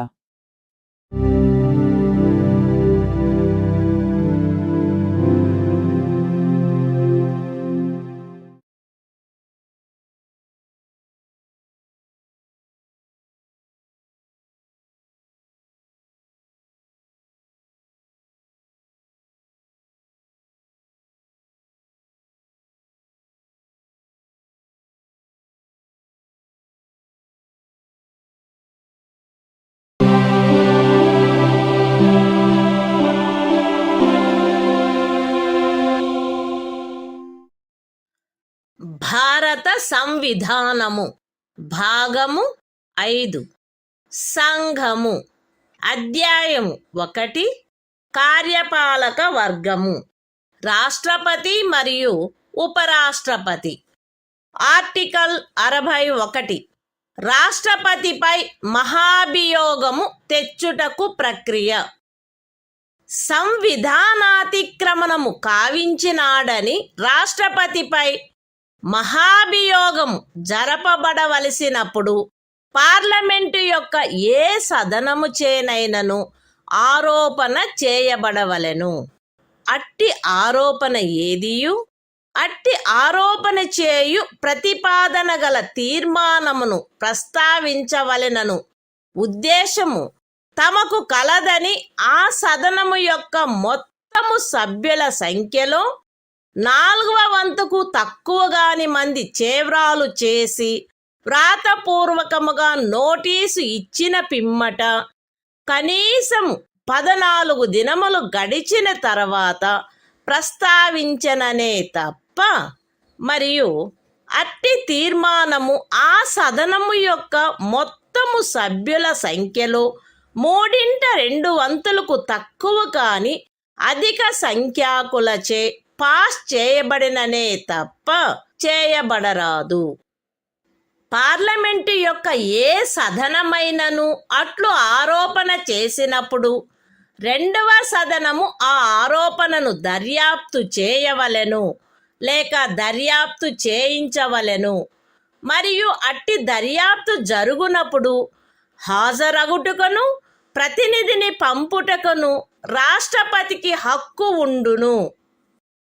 దర్యాప్తు ఫలితముగా రాష్ట్రపతిపై చేయబడిన ఆరోపణ స్థిరపడినదని ప్రఖ్యానించు తీర్మానము ఆ ఆరోపణను దర్యాప్తు చేసిన లేక చేయించిన సదనము యొక్క సభ్యుల మొత్తము సంఖ్యలో 3/2 తక్కువ కాని అధిక సంఖ్యాకులచే ఆమోదించబడినచో అట్లు ఆమోదించబడిన తేదీ నుండి ఆ తీర్మానము రాష్ట్రపతిని పదవి నుండి తొలగించు ప్రభావము కలిగియుండును. The Constitution of India, Part 5, The Union. Chapter 1. The Executive. The President and Vice President. Article 61. Procedure for impeachment of the President. 1.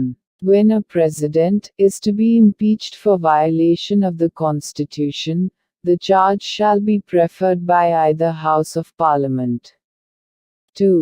No such charge shall be preferred unless the proposal to prefer such charge is contained in a resolution, which has been moved, after at least 14 days' notice in writing, signed by not less than 1/4 of the total number of members of the House, has been given of their intention to move the resolution.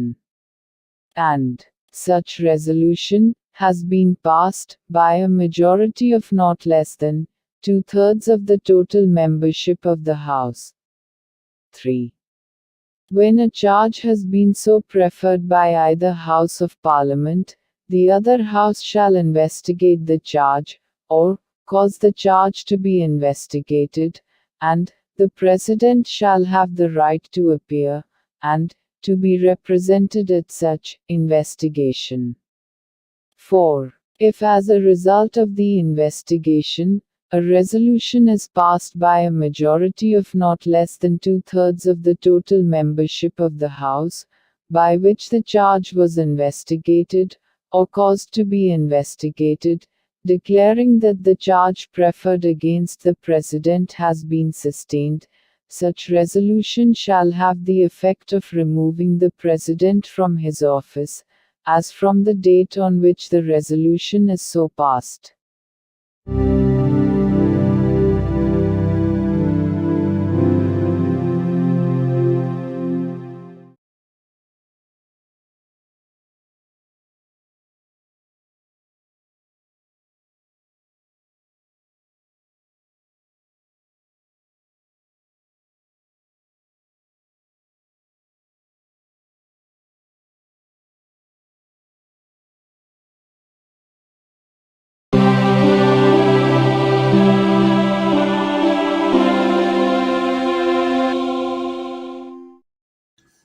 భారత సంవిధానము భాగము 5 సంఘము అధ్యాయము 1 కార్యపాలక వర్గము రాష్ట్రపతి మరియు ఉపరాష్ట్రపతి article 62 రాష్ట్రపతి పదవి ఖాళీ అయినప్పుడు దానిని పూరించుటకు ఎన్నిక జరపవలసిన కాలము మరియు ఆకస్మికముగా ఏర్పడిన ఖాళీని పూరించుటకు ఎన్నుకొనబడు వ్యక్తి యొక్క పదావధి రాష్ట్రపతి యొక్క పదావధి ముగియుటచే ఏర్పడు ఖాళీని పూరించుటకు జరగవలసిన ఎన్నిక ఆ పదావధి ముగియుటకు పూర్వమే పూర్తి చేయబడవలెను. మరణము, రాజీనామా లేక తొలగింపు కారణముగా లేక అన్యదా రాష్ట్రపతి పదవియందు ఏర్పడిన ఖాళీని పూరించుటకు జరగవలసిన ఎన్నిక ఆ ఖాళీ ఏర్పడిన తర్వాత సాధ్యమైనంత త్వరితముగాను ఎట్టి సందర్భంలోనూ ఖాళీ ఏర్పడిన తేదీ నుండి 6 మాసములు దాటకుండగను జరపబడవలెను. మరియు ఆ ఖాళీని పూరించుటకు ఎన్నుకొనబడిన వ్యక్తి 56వ అనుచ్ఛేదము యొక్క నిబంధనలకు అత్యధీనమై తాను పదవిలో ప్రవేశించిన తేదీ నుండి 5 సంవత్సరముల సంపూర్ణ కాలావధి వరకు పదవియందుండుటకు హక్కు కలిగియుండును. The Constitution of India, Part 5, The Union. Chapter 1. The Executive. The President and Vice President. Article 62. Time of holding election to fill vacancy in the office of President. And the term of office of person elected to fill casual vacancy. 1. An election to fill a vacancy caused by the expiration of the term of office of President shall be completed before the expiration of the term. 2. An election to fill a vacancy in the office of President, occurring by reason of his death, resignation or removal, or otherwise shall be held as soon as possible, after, and in no case later than 6 months from, the date of occurrence of the vacancy. And, the person elected to fill the vacancy shall, subject to the provisions of Article 56, be entitled to hold office for the full term of 5 years, from the date on which he enters upon his office.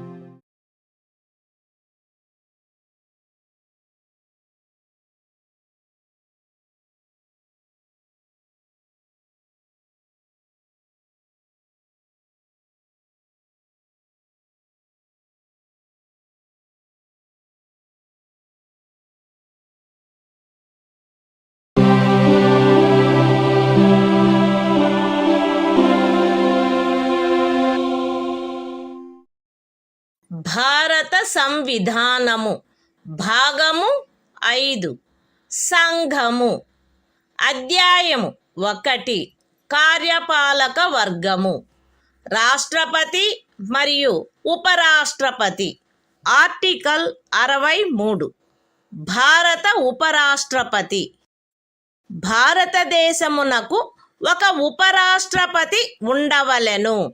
The Constitution of India, Part 5, The Union. Chapter 1. The Executive. The President and Vice President.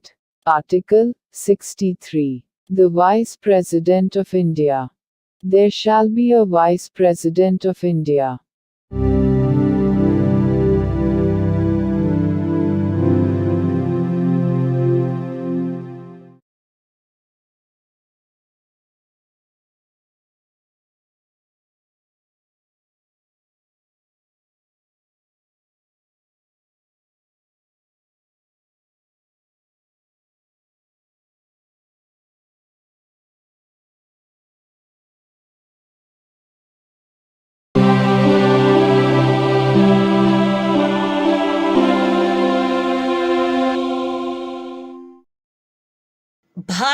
సంవిధానము భాగము 5 సంఘము అధ్యాయము 1 కార్యపాలక వర్గము రాష్ట్రపతి మరియు ఉపరాష్ట్రపతి article 64 ఉపరాష్ట్రపతి పదవి రీత్యా రాజ్యసభకు సభాపతిగా నుండుట ఉపరాష్ట్రపతి పదవి రీత్యా రాజ్యసభకు సభాపతి అయ్యుండును.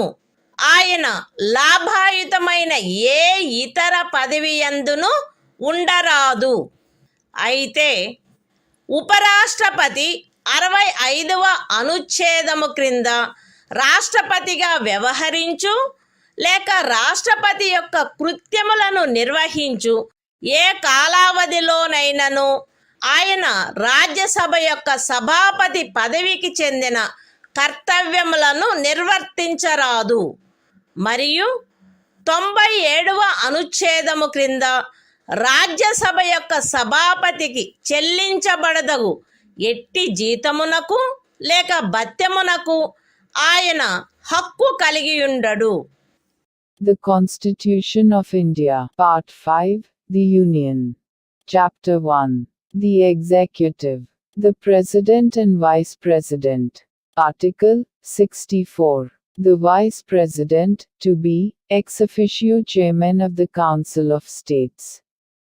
The Vice President shall be, ex officio Chairman of the Council of the States, and shall not hold any other office of profit, provided that, during any period, when the Vice President acts as President, or discharges the functions of the President under Article 65, he shall not perform the duties of the office of Chairman of the Council of States, and shall not be entitled to any salary or allowance payable to the Chairman of the Council of States, under Article 97.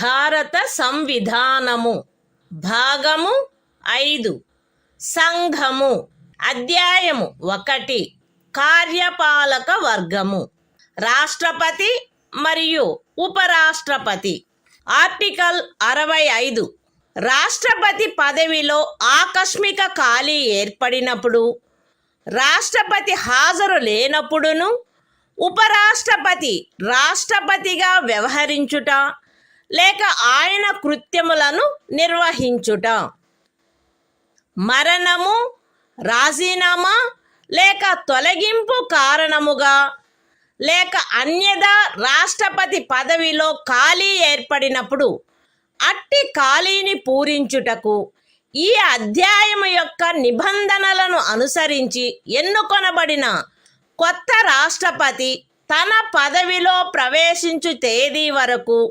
ఉపరాష్ట్రపతి రాష్ట్రపతిగా వ్యవహరించవలెను.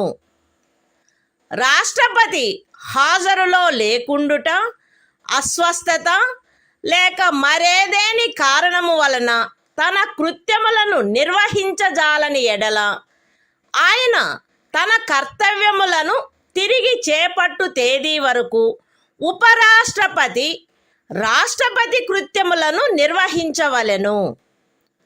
ఉపరాష్ట్రపతి అట్లు రాష్ట్రపతిగా వ్యవహరించు లేక రాష్ట్రపతి యొక్క కృత్యములను నిర్వహించు కాలావధిలోను ఆ కాలావధికి సంబంధించి రాష్ట్రపతికి గల సర్వాధికారములను ఉన్ముక్తతాధికారములను కలిగియుండును.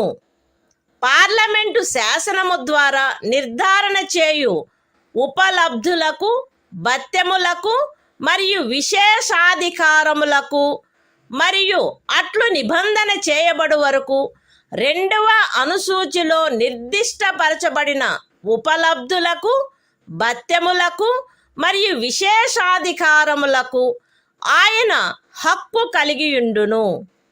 The Constitution of India, Part 5, The Union. Chapter 1. The Executive. The President and Vice President. Article 65. The Vice President, to act as President, or to thus charge his functions, during casual vacancies in the office, or during the absence of President. 1. In the event of the occurrence of any vacancy in the office of the President, by reason of his death, resignation, or removal, or otherwise, the Vice President shall act as President, until the date on which a new President, elected, in accordance with the provisions of this chapter, to fill such vacancy, enters upon his office. 2. When the President is unable to discharge his functions, owing to absence, illness or any other cause, the Vice President shall discharge his functions, until the date on which the President resumes his duties. 3. The Vice President shall, during, and in respect of, the period while he is so acting as, or discharging the functions of President, have all the powers and immunities of the President, and be entitled to such emoluments, allowances and privileges, as may be determined by Parliament, by law. And, until provision in that behalf is so made, such emoluments, allowances and privileges, as are specified in the second schedule.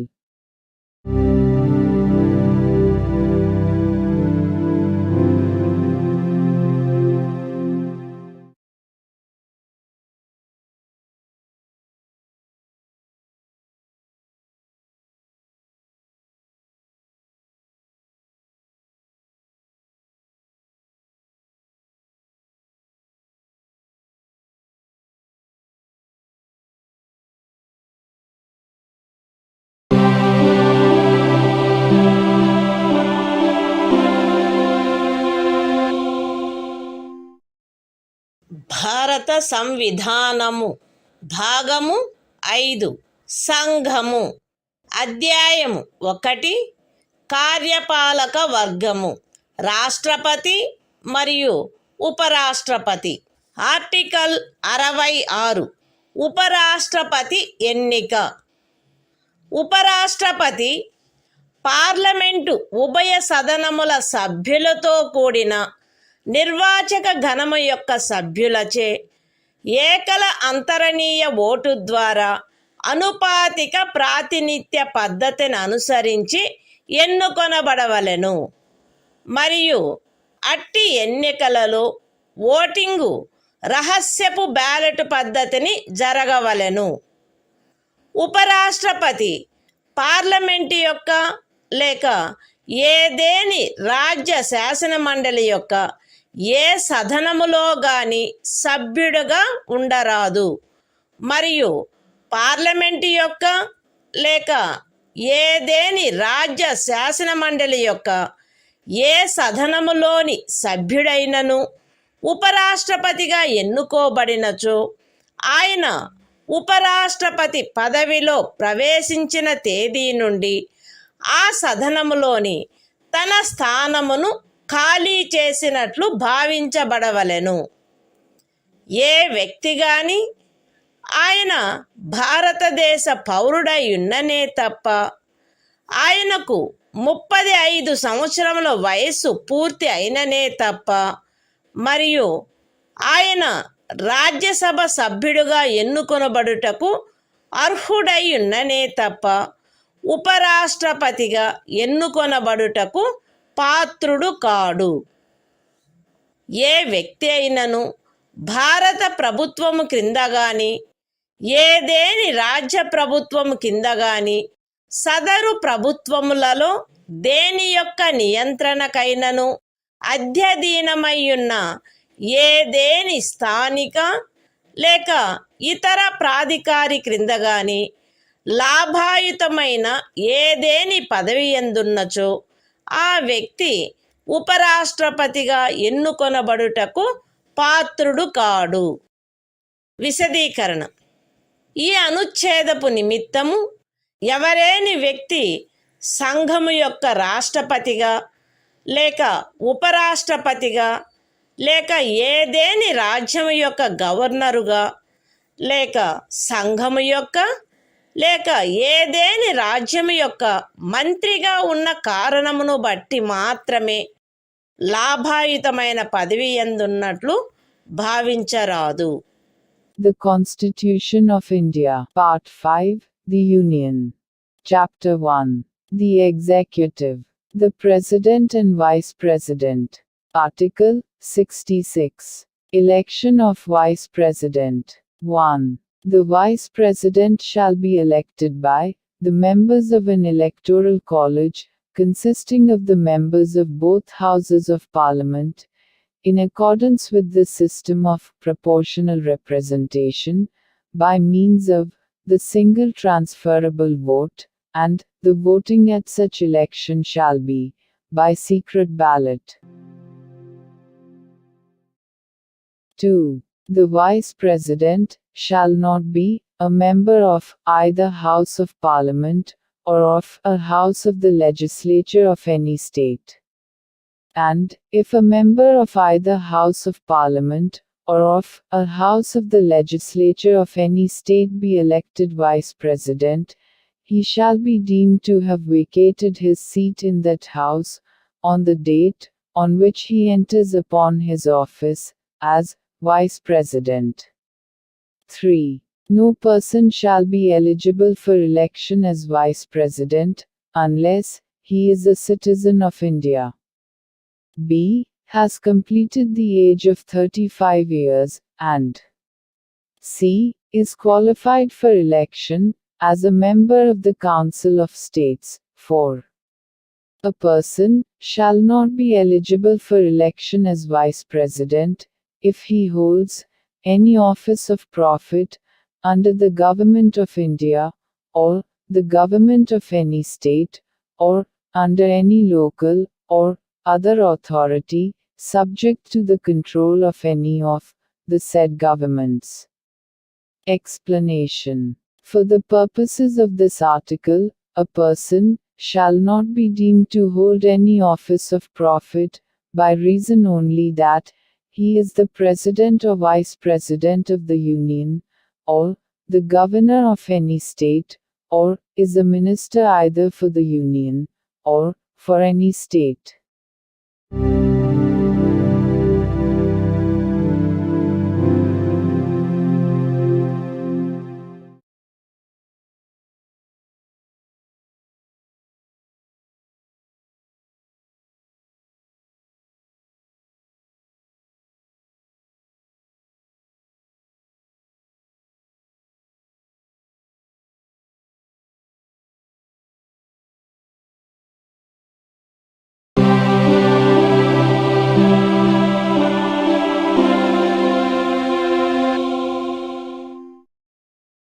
భారత సంవిధానము భాగము 5 సంఘము అధ్యాయము 1 కార్యపాలక వర్గము రాష్ట్రపతి మరియు ఉపరాష్ట్రపతి.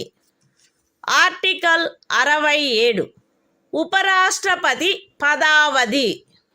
ఉపరాష్ట్రపతి తన పదవిలో ప్రవేశించిన తేదీ నుండి 5 సంవత్సరముల కాలావధి వరకు పదవి యందుండును. అయితే ఉపరాష్ట్రపతి తన చేవ్రాలుతో రాష్ట్రపతికి లేఖ వ్రాయుట ద్వారా తన పదవికి రాజీనామా ఇవ్వవచ్చును. ఉపరాష్ట్రపతి రాజ్యసభలో అప్పుడు సభ్యులుగానున్న వారందరిలో అధిక సంఖ్యాకులచే ఆమోదించబడి లోక్సభచే అంగీకరించబడిన తీర్మానము ద్వారా పదవి నుండి తొలగించబడవచ్చును. కానీ ఈ ఖండము నిమిత్తము తీర్మానమేదియు దానిని ప్రస్తావించవలెనను ఉద్దేశము కలదను నోటీసు ఇచ్చి కనీసము 14 దినములు గడిచిననే తప్ప ప్రస్తావించబడరాదు. ఉపరాష్ట్రపతి తన పదావధి ముగిసినప్పటికీ తన ఉత్తరాధికారి ఆ పదవిలో ప్రవేశించు వరకు పదవిలో కొనసాగవలెను. The Constitution of India, Part 5, The Union. Chapter 1. The Executive. The President and Vice President. Article 67. Term of office of Vice President. The Vice President shall hold office for a term of 5 years from the date on which he enters upon his office, provided that a. A Vice President may, by writing under his hand addressed to the President, resign his office. b. A Vice President may be removed from his office by a resolution of the Council of States, passed by a majority of all the then members of the Council and agreed to by the House of the People. But no resolution for the purpose of this clause shall be moved, unless at least 14 days' notice has been given of the intention to move the resolution.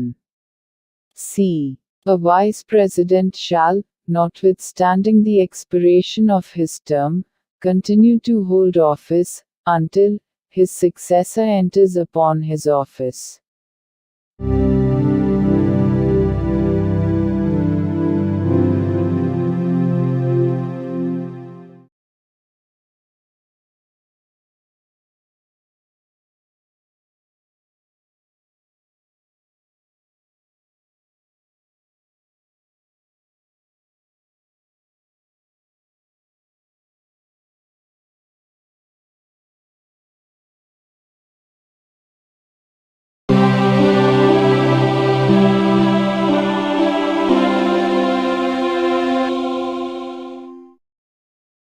భారత సంవిధానము భాగము 5 సంఘము అధ్యాయము 1 కార్యపాలక వర్గము రాష్ట్రపతి మరియు ఉపరాష్ట్రపతి.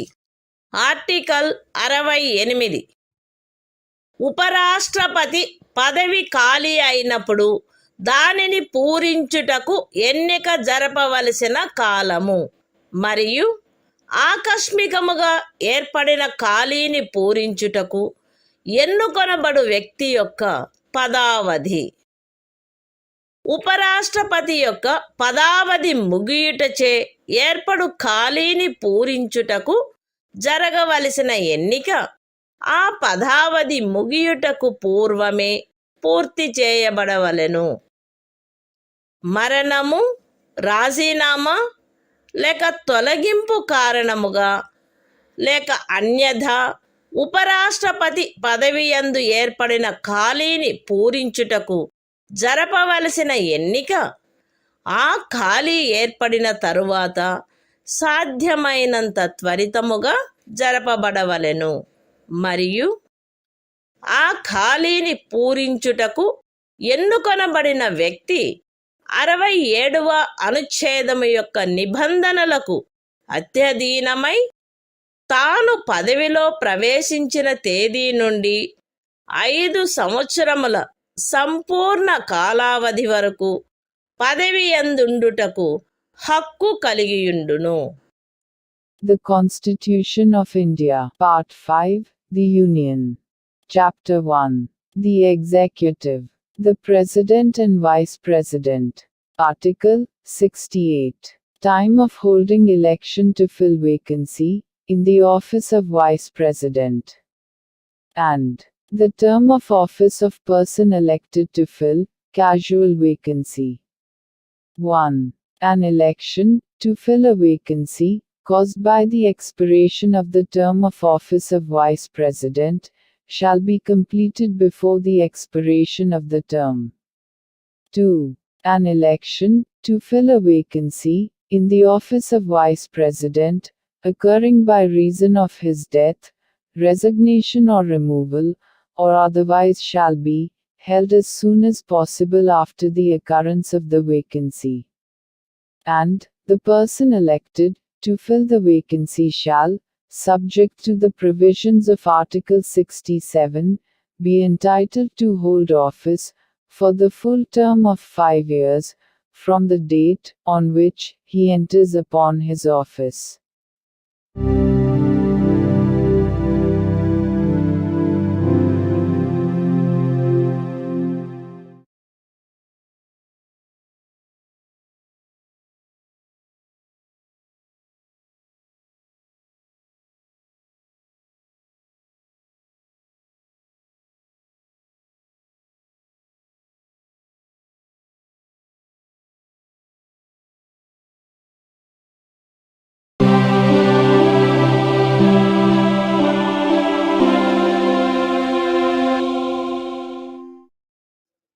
భారత సంవిధానము భాగము 5 సంఘము అధ్యాయము 1 కార్యపాలక వర్గము రాష్ట్రపతి మరియు ఉపరాష్ట్రపతి ఆర్టికల్ 69 ఉపరాష్ట్రపతిచే ప్రమాణము లేక ప్రతిజ్ఞ ప్రతి ఉపరాష్ట్రపతి తన పదవిలో ప్రవేశించుటకు పూర్వము రాష్ట్రపతి సమక్షమున గాని తద్విషయమున ఆయనచే నియమింపబడిన వ్యక్తి సమక్షమున గాని ఈ క్రింది ప్రరూపములో ప్రమాణము లేక ప్రతిజ్ఞ చేసి దానిపై చేవ్రాలు చేయవలెను.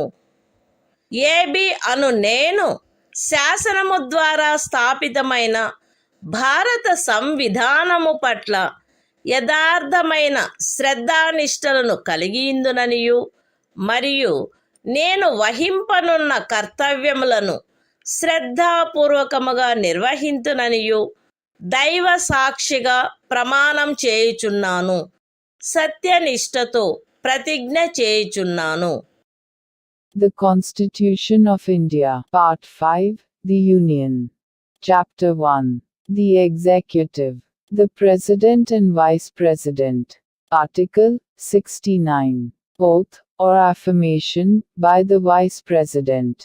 Every Vice President shall, before entering upon his office, make and subscribe before the President, or some person appointed in that behalf, by him, an oath or affirmation, in the following form, that is to say, I, A.B., do swear in the name of God, that I will bear true faith and solemnly affirm allegiance to the Constitution of India, as by law established, and that I will faithfully discharge the duty upon which I am about to enter.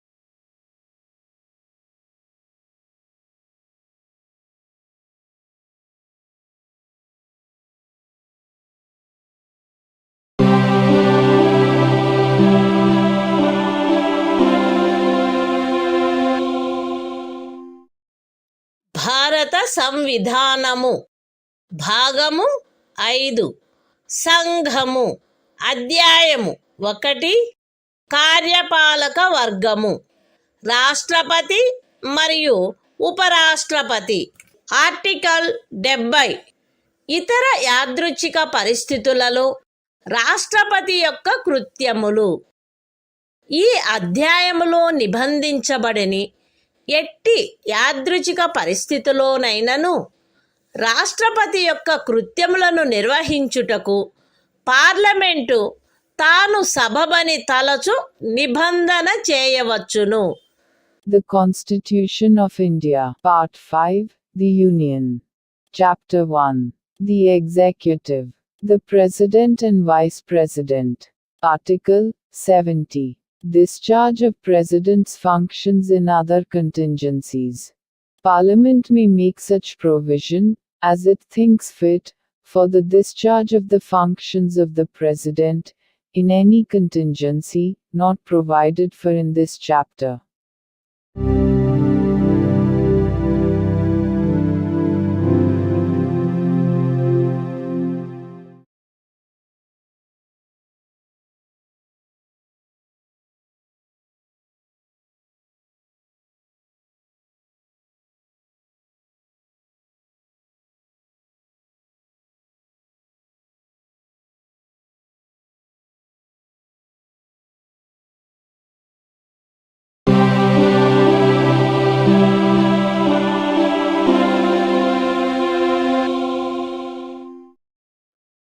భారత సంవిధానము భాగము 5 సంఘము అధ్యాయము 1 కార్యపాలక వర్గము రాష్ట్రపతి మరియు ఉపరాష్ట్రపతి article 71 రాష్ట్రపతి లేక ఉపరాష్ట్రపతి యొక్క ఎన్నికకు చెందిన లేక సంబంధించిన విషయములు రాష్ట్రపతి లేక ఉపరాష్ట్రపతి యొక్క ఎన్నిక నుండి ఉత్పన్నమైన లేక ఎన్నికకు సంబంధించిన అన్ని సందేహములు మరియు వివాదములు సర్వోన్నత న్యాయస్థానముచే పరిశీలించబడి నిర్ణయించబడవలెను.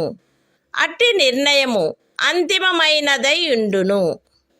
రాష్ట్రపతిగా లేక ఉపరాష్ట్రపతిగా ఒక వ్యక్తి యొక్క ఎన్నిక చెల్లదని సర్వోన్నత న్యాయస్థానము ప్రఖ్యానించినచో సర్వోన్నత న్యాయస్థానము ఆ నిర్ణయము చేసిన తేదీన గాని అంతకు పూర్వము గాని సందర్భానుసారముగా రాష్ట్రపతి పదవికి లేక ఉపరాష్ట్రపతి పదవికి చెందిన అధికారములను వినియోగించుటలోను కర్తవ్యములు నిర్వహించుటలోను ఆయనచే చేయబడిన కార్యములు ఆ ప్రఖ్యానము కారణముగా అమాన్యమునర్చబడరాదు.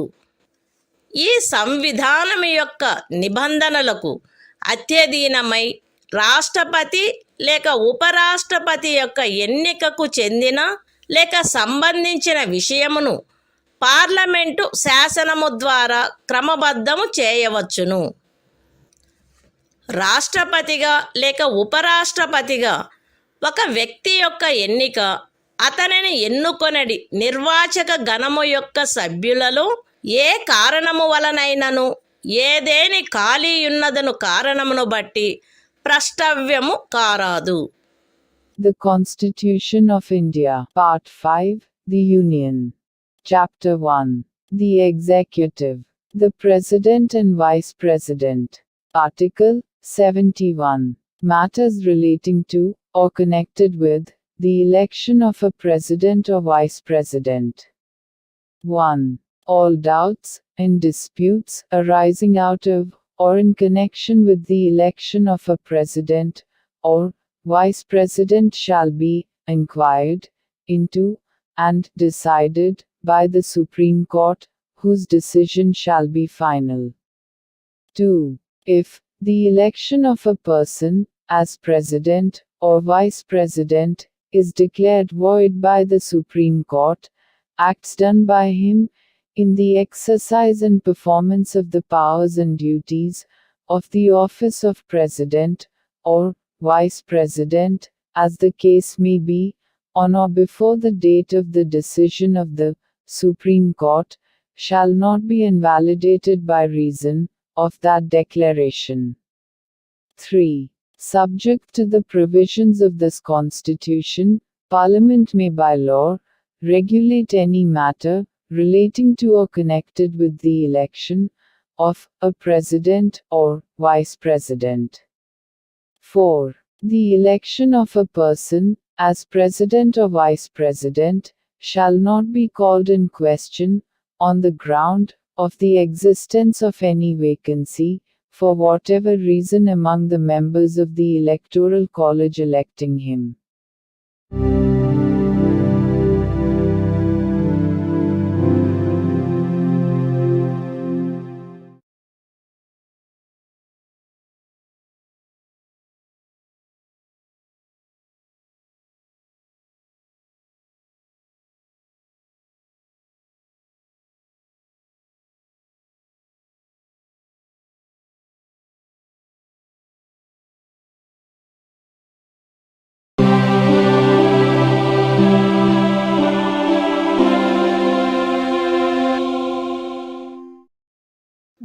భారత సంవిధానము భాగము 5 సంఘము అధ్యాయము 1 కార్యపాలక వర్గము రాష్ట్రపతి మరియు ఉపరాష్ట్రపతి ఆర్టికల్ 72 కొన్ని సందర్భములలో క్షమాపణలు మొదలైన వాటిని మంజూరు చేయుటకు మరియు దండనోత్తర్వును సస్పెండ్ చేయుటకు పరిహరించుటకు లేక లఘూకరించుటకు రాష్ట్రపతి యొక్క అధికారము. రాష్ట్రపతి ఈ క్రింది సందర్భములలో నేర నిర్ణీతుడైన వ్యక్తికి క్షమాపణలను, తాత్కాలిక నిలుపుదలను, వాయిదాలను లేక పరిహరణలను మంజూరు చేయుటకు లేక ఆ వ్యక్తిపై విధించబడిన దండనోత్తర్వును సస్పెండ్ చేయుటకు, పరిహరించుటకు లేక లఘూకరించుటకు అధికారము కలిగియుండును. శిక్ష లేక దండనోత్తరువు సైనిక న్యాయస్థానముచే విధించబడిన అన్ని సందర్భములలో సంఘము యొక్క కార్యపాలనాధికారంలో చేరియున్న విషయమునకు సంబంధించిన ఏదేని శాసనమునకు విరుద్ధమగు అపరాధమునకై శిక్ష లేక దండనోత్తరు విధించబడిన అన్ని సందర్భములలో దండనోత్తరు మరణ దండనోత్తరు అయిన అన్ని సందర్భములలో ఏదేని సైనిక న్యాయస్థానముచే ఇవ్వబడిన దండనోత్తరువును సస్పెండ్ చేయుటకు, పరిహరించుటకు లేక లఘూకరించుటకు సంఘమునకు చెందిన సాయుధ బలముల యొక్క ఎవరేని అధికారికి శాసనము ద్వారా ప్రదత్తము చేయబడిన అధికారమునకు ఖండము 1 యొక్క ఉపఖండము ఏలో ఉన్నదేదియు భంగము కలిగించదు. మరణ దండనోత్తరువును సస్పెండ్ చేయుటకు, పరిహరించుటకు లేక లఘూకరించుటకు తత్సమయమున అమలులోనున్న ఏదేని శాసనము క్రింద ఒక రాజ్య గవర్నరుచే వినియోగించబడదగు అధికారమునకు ఖండము 1 యొక్క ఉపఖండము సిలో ఉన్నదేదియు భంగము కలిగించదు. The Constitution of India, Part 5, The Union. Chapter 1. The Executive. The President and Vice President. Article 72. Power of President to grant pardons, etc. and to suspend, remit, or commute sentences in certain cases. 1. The President shall have the power to grant pardons, reprieves, respites, or remissions of punishment, or to suspend, remit, or commute the sentence of any person convicted of any offense, in all cases where the punishment or sentence is by a court-martial. B. In all cases where the punishment or sentence is for an offense against any law relating to a matter to which the executive power of the Union extends. C. In all cases where the sentence is a sentence of death. 2. Nothing in sub-clause A of clause 1 shall affect the power conferred by law on any officer of the armed forces of the Union to suspend, remit, or commute a sentence passed by a court-martial. 3. Nothing in sub-clause C of clause 1 shall affect the power to suspend, remit, or commute a sentence of death exercisable by the governor of a state under any law for the time being in force.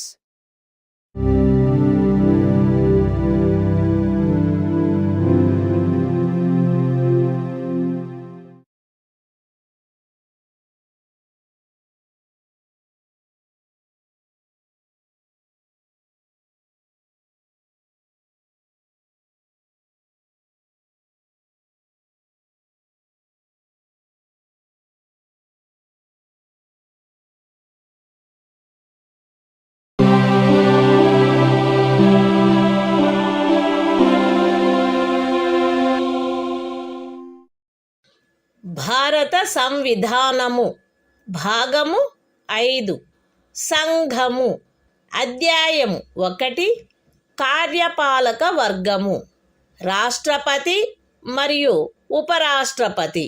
Article 73 సంఘము యొక్క కార్యపాలకాధికార విస్తరణ.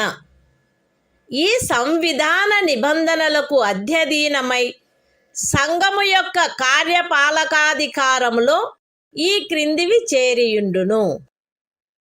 ఏ విషయములను గురించి శాసనములను చేయుటకు parliament అధికారము గలదో ఆ విషయములు మరియు ఏదేని సంధి లేక ఖరారును బట్టి భారత ప్రభుత్వముచే వినియోగించబడదగు హక్కుల యొక్క ప్రాధికారము యొక్క మరియు అధికారిత యొక్క వినియోగము. అయితే ఈ సంవిధానములో గాని పార్లమెంటుచే చేయబడిన ఏదేని శాసనములో గాని అభివ్యక్తము కాని నిబంధించబడినట్లు తప్ప ఏదేని రాజ్యములో ఏ విషయములను గురించి శాసనములను చేయుటకు ఆ రాజ్య శాసన మండలికి కూడా అధికారము కలదో ఆ విషయములు ఉపఖండము ఏలో నిర్దేశించబడిన కార్యపాలకాధికారములో చేరియుండవు. ఏ విషయముల గురించి ఒక రాజ్యము కొరకు శాసనములు చేయుటకు పార్లమెంటుకు అధికారము కలదో ఆ విషయములలో ఆ రాజ్యము మరియు ఆ రాజ్యపు ఎవరేని అధికారి లేక ప్రాధికారి ఈ సంవిధానము యొక్క ప్రారంభమునకు అవ్యవహిత పూర్వము చలాయించగలిగి ఉండినట్టి కార్యపాలకాధికారమును లేక కృత్యములను ఈ అనుచ్ఛేదములో ఏమి ఉన్నప్పటికీ పార్లమెంటు చే అన్యథా నిబంధించబడినంత వరకు ఆ రాజ్యము మరియు ఆ రాజ్యపు ఎవరేని అధికారి లేక ప్రాధికారి చలాయించుచుండుట కొనసాగించవచ్చును. The Constitution of India, Part 5, The Union. Chapter 1. The Executive. The President and Vice President. Article 73. Extent of executive power of the Union. 1. Subject to the provisions of this Constitution, the executive power of the Union shall extend to the matters with respect to which Parliament has power to make laws, and b. to the exercise of such rights, authority, and jurisdiction as are exercisable by the Government of India, by virtue of any treaty or agreement, provided that the executive power referred to in subclause A shall not, save as expressly provided in this Constitution, or in any law made by Parliament, extend, in any state to matters with respect to which the legislature of the state has also power to make laws. 2. Until otherwise provided by Parliament, a state in any officer or authority of a state may, notwithstanding anything in this article, continue to exercise in matters with respect to which Parliament has power to make laws for that state such executive power or functions as the state or officer or authority thereof could exercise immediately before the commencement of this Constitution.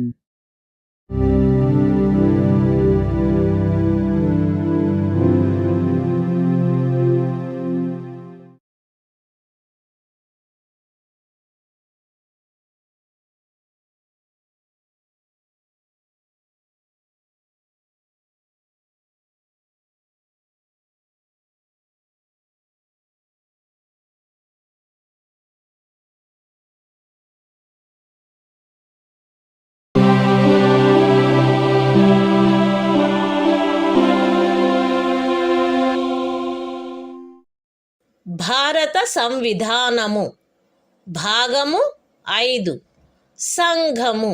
అధ్యాయము 1 కార్యపాలక వర్గము. మంత్రి పరిషత్తు. Article 74 రాష్ట్రపతికి సహాయపడుటకును సలహానిచ్చుటకును మంత్రి పరిషత్తు. రాష్ట్రపతికి సహాయపడుటకును సలహానిచ్చుటకును ప్రధానమంత్రి ఆధిపత్యమున ఒక మంత్రి పరిషత్తు ఉండవలెను. రాష్ట్రపతి తన కృత్యములను నిర్వహించుటలో అట్టి సలహాననుసరించి వ్యవహరించవలెను.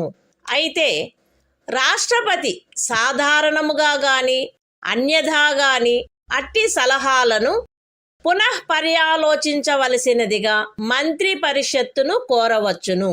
మరియు రాష్ట్రపతి అట్టి పునఃపర్యాలోచన తర్వాత ఇవ్వబడిన సలహాననుసరించి వ్యవహరించవలెను. రాష్ట్రపతికి మంత్రులచే ఏదేని సలహా ఇయ్యబడినదా, అట్లయినచో అది ఏది అను ప్రశ్న ఏ న్యాయస్థానమందును పరిశీలించబడరాదు. The Constitution of India, Part 5, The Union. Chapter 1. The Executive. Council of Ministers. Article 74.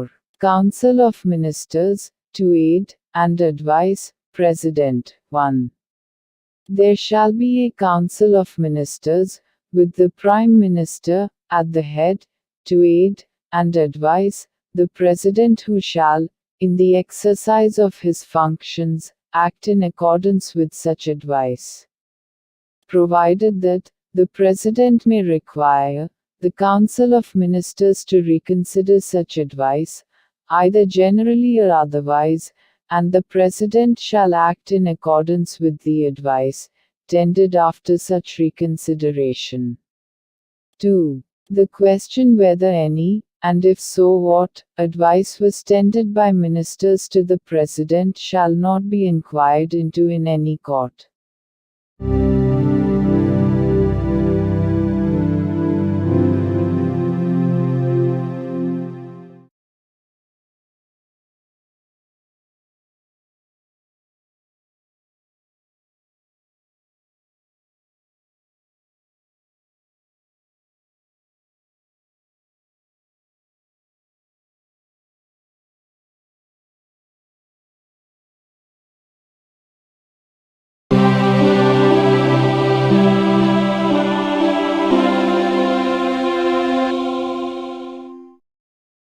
భారత సంవిధానము భాగము 5 సంఘము.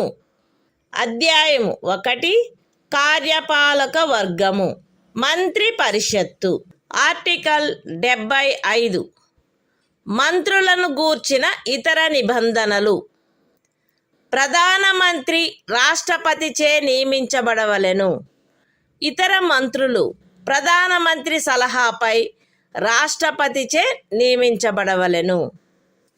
మంత్రి పరిషత్తులో ప్రధానమంత్రితో సహా మొత్తము మంత్రుల సంఖ్య లోక్సభలోని మొత్తము సభ్యుల సంఖ్యలో 15% మించరాదు.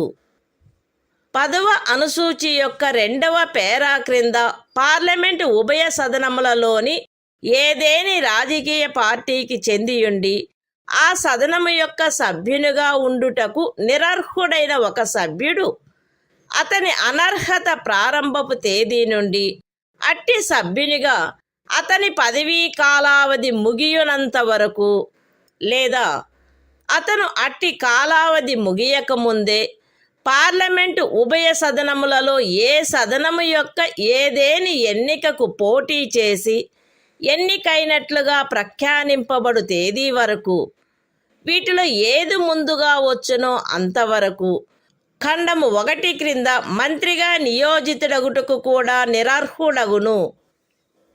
మంత్రులు రాష్ట్రపతి అభీష్టముండునంత వరకు పదవి యందుందురు. మంత్రి పరిషత్తు లోక్సభకు సమిష్టిగా ఉత్తరదాయి అయి ఉండును. ఒక మంత్రి తన పదవిలో ప్రవేశించుటకు పూర్వము పదవి యొక్క రహస్య గోపనమును గూర్చిన ప్రమాణములను 3వ అనుసూచిలో అందు నిమిత్తమై పొందుపరిచియున్న ప్రరూపములను అనుసరించి రాష్ట్రపతి అతనిచే చేయించవలెను. పార్లమెంటు యొక్క ఏ సదనములో గాని వరుసగా 6 మాసముల కాలావధి వరకు సభ్యుడిగా లేని మంత్రి ఆ కాలావధి ముగియగానే మంత్రి పదవిని కోల్పోవును. మంత్రుల జీతములు భత్యములు పార్లమెంటు ఆయా సమయములందు శాసనము ద్వారా నిర్ధారణ చేయునట్టివై యుండును. పార్లమెంటు అట్లు నిర్ధారణ చేయ వరకు అవి 2వ అనుసూచిలో నిర్దిష్టపరచబడినట్లు ఉండును. The Constitution of India, Part 5, The Union. Chapter 1. The Executive. Council of Ministers. Article 75. Other provisions as to ministers. 1. The Prime Minister shall be appointed by the President, and the other ministers shall be appointed by the President, on the advice of the Prime Minister. 1a.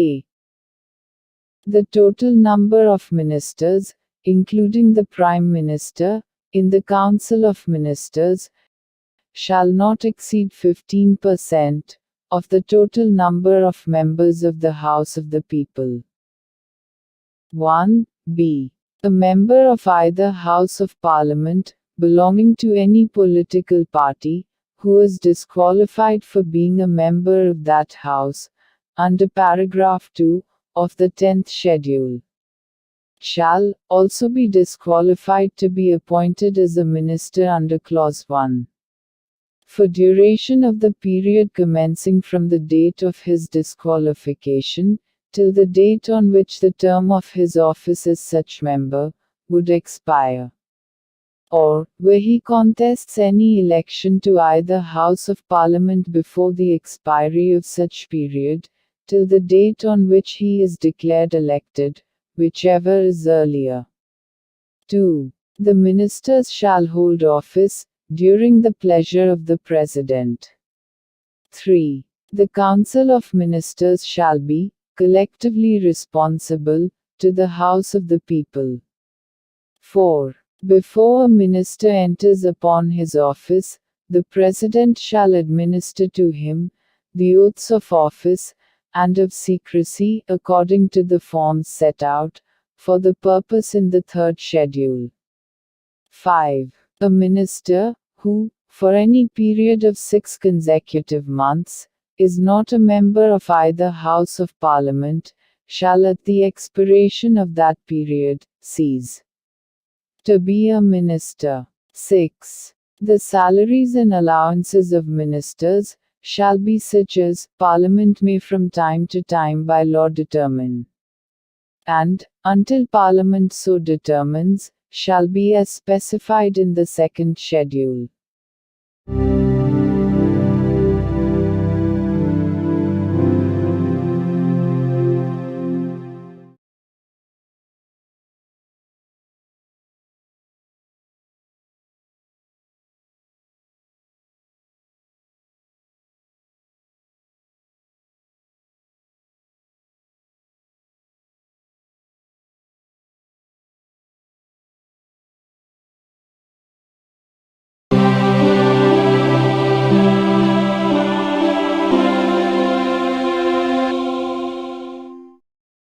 భారత సంవిధానము భాగము 5 సంఘము అధ్యాయము 1 కార్యపాలక వర్గము భారతదేశ attorney general article 76 సర్వోన్నత న్యాయస్థానము యొక్క న్యాయాధీశుడిగా నియమించబడుటకు అర్హుడైన వ్యక్తిని రాష్ట్రపతి భారతదేశపు అటార్నీ జనరలుగా నియమించవలెను. ఆయా సమయములందు శాసనిక విషయములలో రాష్ట్రపతిచే తనకు నిర్దేశించబడు వాటిపై భారత ప్రభుత్వమునకు సలహానిచ్చుటయు, రాష్ట్రపతిచే తనకు అప్పగించబడు శాసనిక స్వభావము గల ఇతర కర్తవ్యములను నిర్వర్తించుటయు ఈ సంవిధానము ద్వారా గాని దాని క్రింద గాని తత్సమయమున అమలులోనున్న ఏదేని ఇతర శాసనము ద్వారా గాని దాని క్రింద గాని తనకు ప్రదత్తము చేయబడిన కృత్యములను నిర్వహించుటయు అటార్నీ జనరల్ యొక్క కర్తవ్యమై ఉండును. అటార్నీ జనరలు తన కర్తవ్యములను నిర్వహించుటలో భారతదేశ రాజ్య క్షేత్రములోని న్యాయస్థానములన్నింటిలో వాదనాధికారమును కలిగియుండును. అటార్నీ జనరలు రాష్ట్రపతి అనుగ్రహముండునంత వరకు పదవియందుండును మరియు రాష్ట్రపతి నిర్ధారణ చేయు ప్రతి మూల్యమును పొందవలెను. The Constitution of India, Part 5, The Union. Chapter 1. The Executive. Article 76. Attorney General for India. 1. The President shall appoint a person who is qualified to be appointed a judge of the Supreme Court, to be Attorney General for India. 2. It shall be the duty of the Attorney General to give advice to the Government of India upon such legal matters, and to perform such other duties of a legal character as may from time to time be referred or assigned to him by the President, and to discharge the functions conferred on him by or under this Constitution or any other law for the time being in force. 3. In the performance of his duties, the Attorney General shall have right of audience in all courts in the territory of India. 4. The Attorney General shall hold office during the pleasure of the President, and shall receive such remuneration as the President may determine.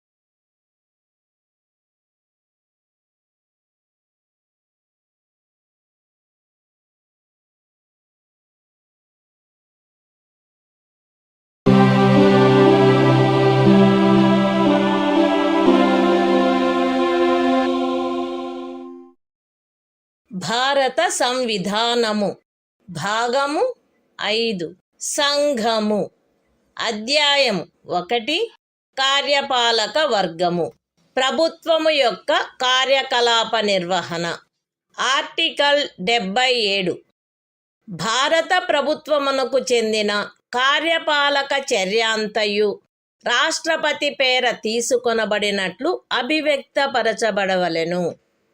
రాష్ట్రపతి పేర చేయబడిన మరియు వ్రాసి ఇయ్యబడిన ఉత్తర్వులు మరియు ఇతర పత్రములు రాష్ట్రపతి చేయు నియమావళిలో నిర్దిష్టపరచబడు రీతిగా అధిప్రమాణితము చేయబడవలెను.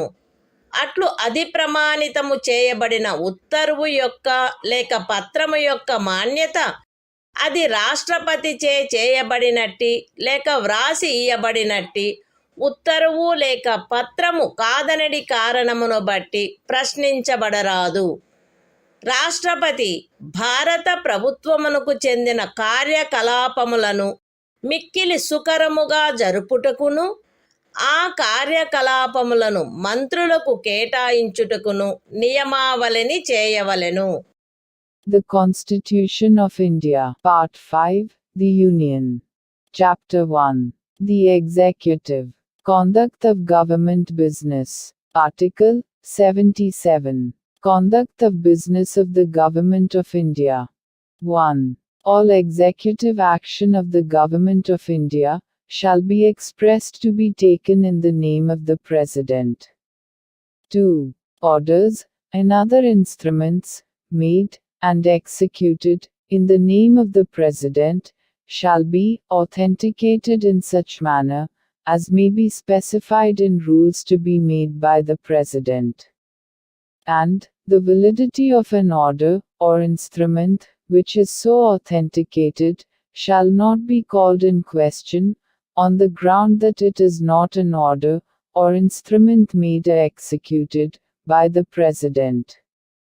3. The President shall make rules for the more convenient transaction of the business of the Government of India, and for the allocation among ministers of the said business.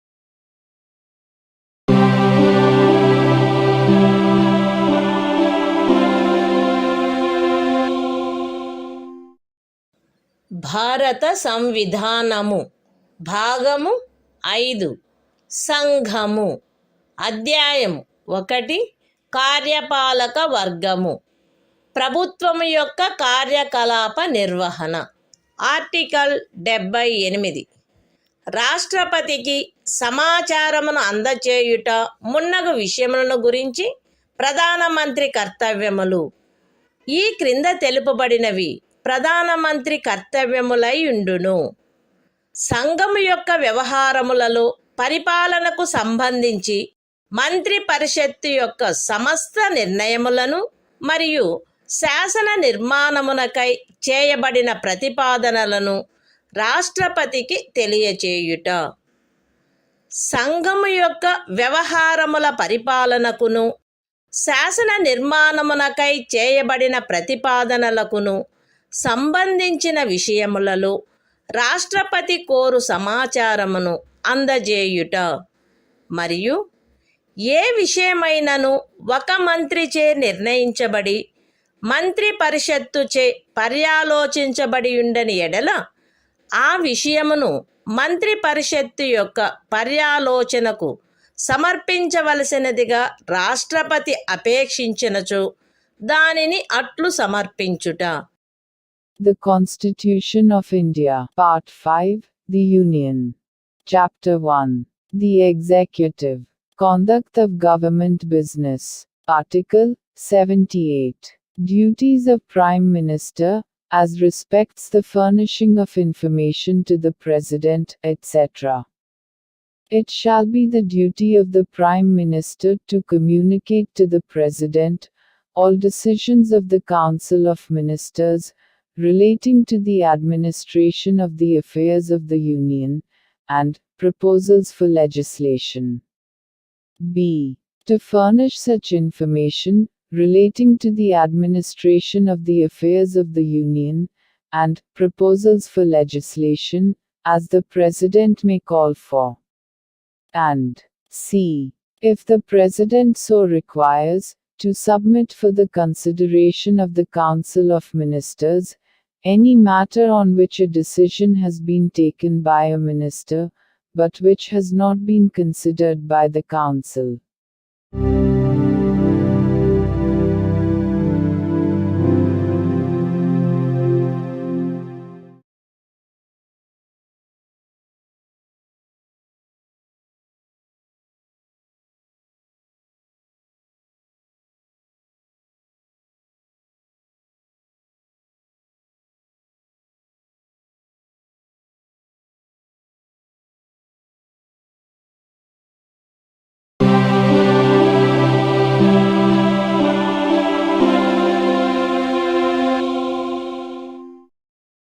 భారత సంవిధానము భాగము 5 సంఘము అధ్యాయం 2 పార్లమెంటు సాధారణ విషయములు ఆర్టికల్ 79 పార్లమెంటు యొక్క సంఘటన సంఘమునకు రాష్ట్రపతితోనూ క్రమముగా రాజ్యసభ మరియు లోక్సభ అని అనబడు 2 సదనములతో కూడిన ఒక పార్లమెంటు ఉండవలెను.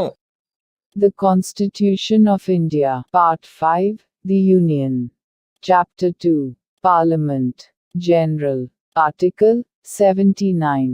Constitution of Parliament. There shall be a Parliament for the Union, which shall consist of the President, and 2 houses, to be known respectively as the Council of States, and the House of the People.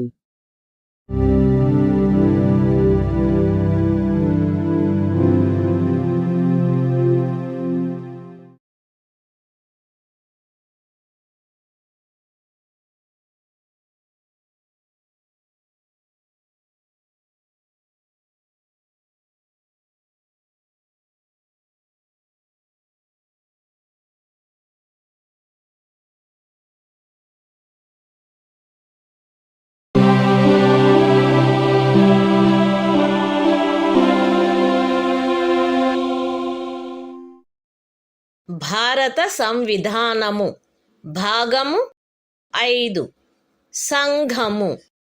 అధ్యాయం 2 parliament సాధారణ విషయములు. Article 80 Rajya Sabha సంరచన. Rajya Sabha ఈ క్రింది వారితో కూడి ఉండవలెను.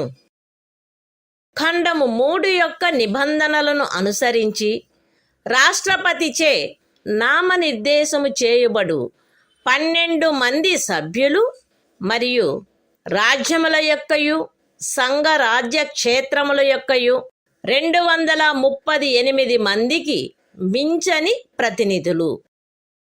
రాజ్యసభలో రాజ్యముల యొక్కయు సంఘ రాజ్య క్షేత్రముల యొక్కయు ప్రతినిధులచే పూరించబడవలసిన స్థానముల కేటాయింపు 4వ అనుసూచియందు గల తద్విషయక నిబంధనలను అనుసరించి ఉండవలెను. ఖండము 1 యొక్క ఉపఖండము ఏ క్రింద రాష్ట్రపతిచే నామనిర్దేశము చేయబడు సభ్యులు ఈ క్రింది వాటిని పోలిన విషయములందు విశేష జ్ఞానమును కాని ఆచరణానుభవమును కాని కలిగిన వ్యక్తులై ఉండవలెను.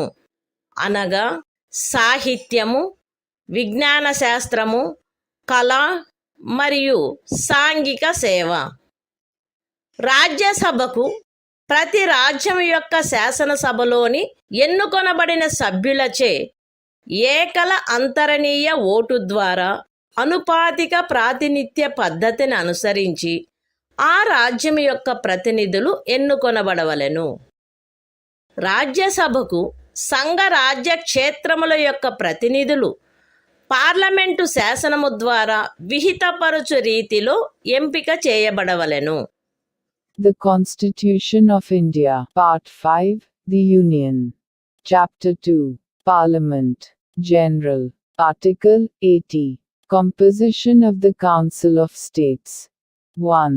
The Council of States shall consist of 12 members to be nominated by the President, in accordance with the provisions of Clause 3. And b. Not more than 238 representatives of the states, and of the Union territories. 2. The allocation of seats, in the Council of States, to be filled by representatives of the states and of the Union territories, shall be in accordance with the provisions in that behalf contained in the 4th schedule. 3.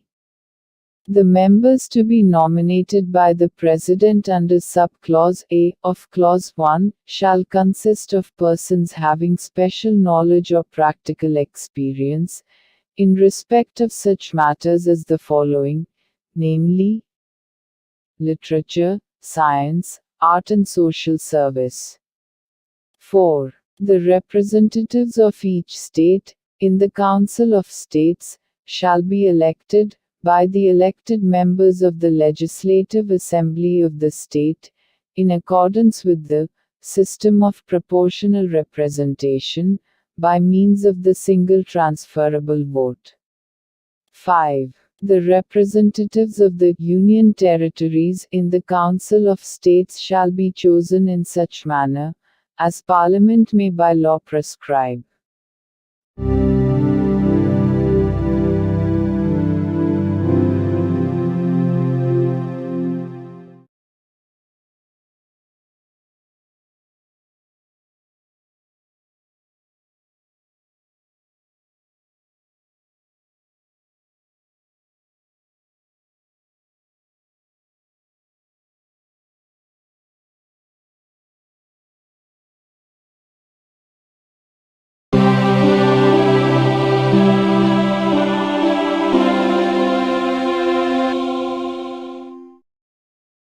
భారత సంవిధానము.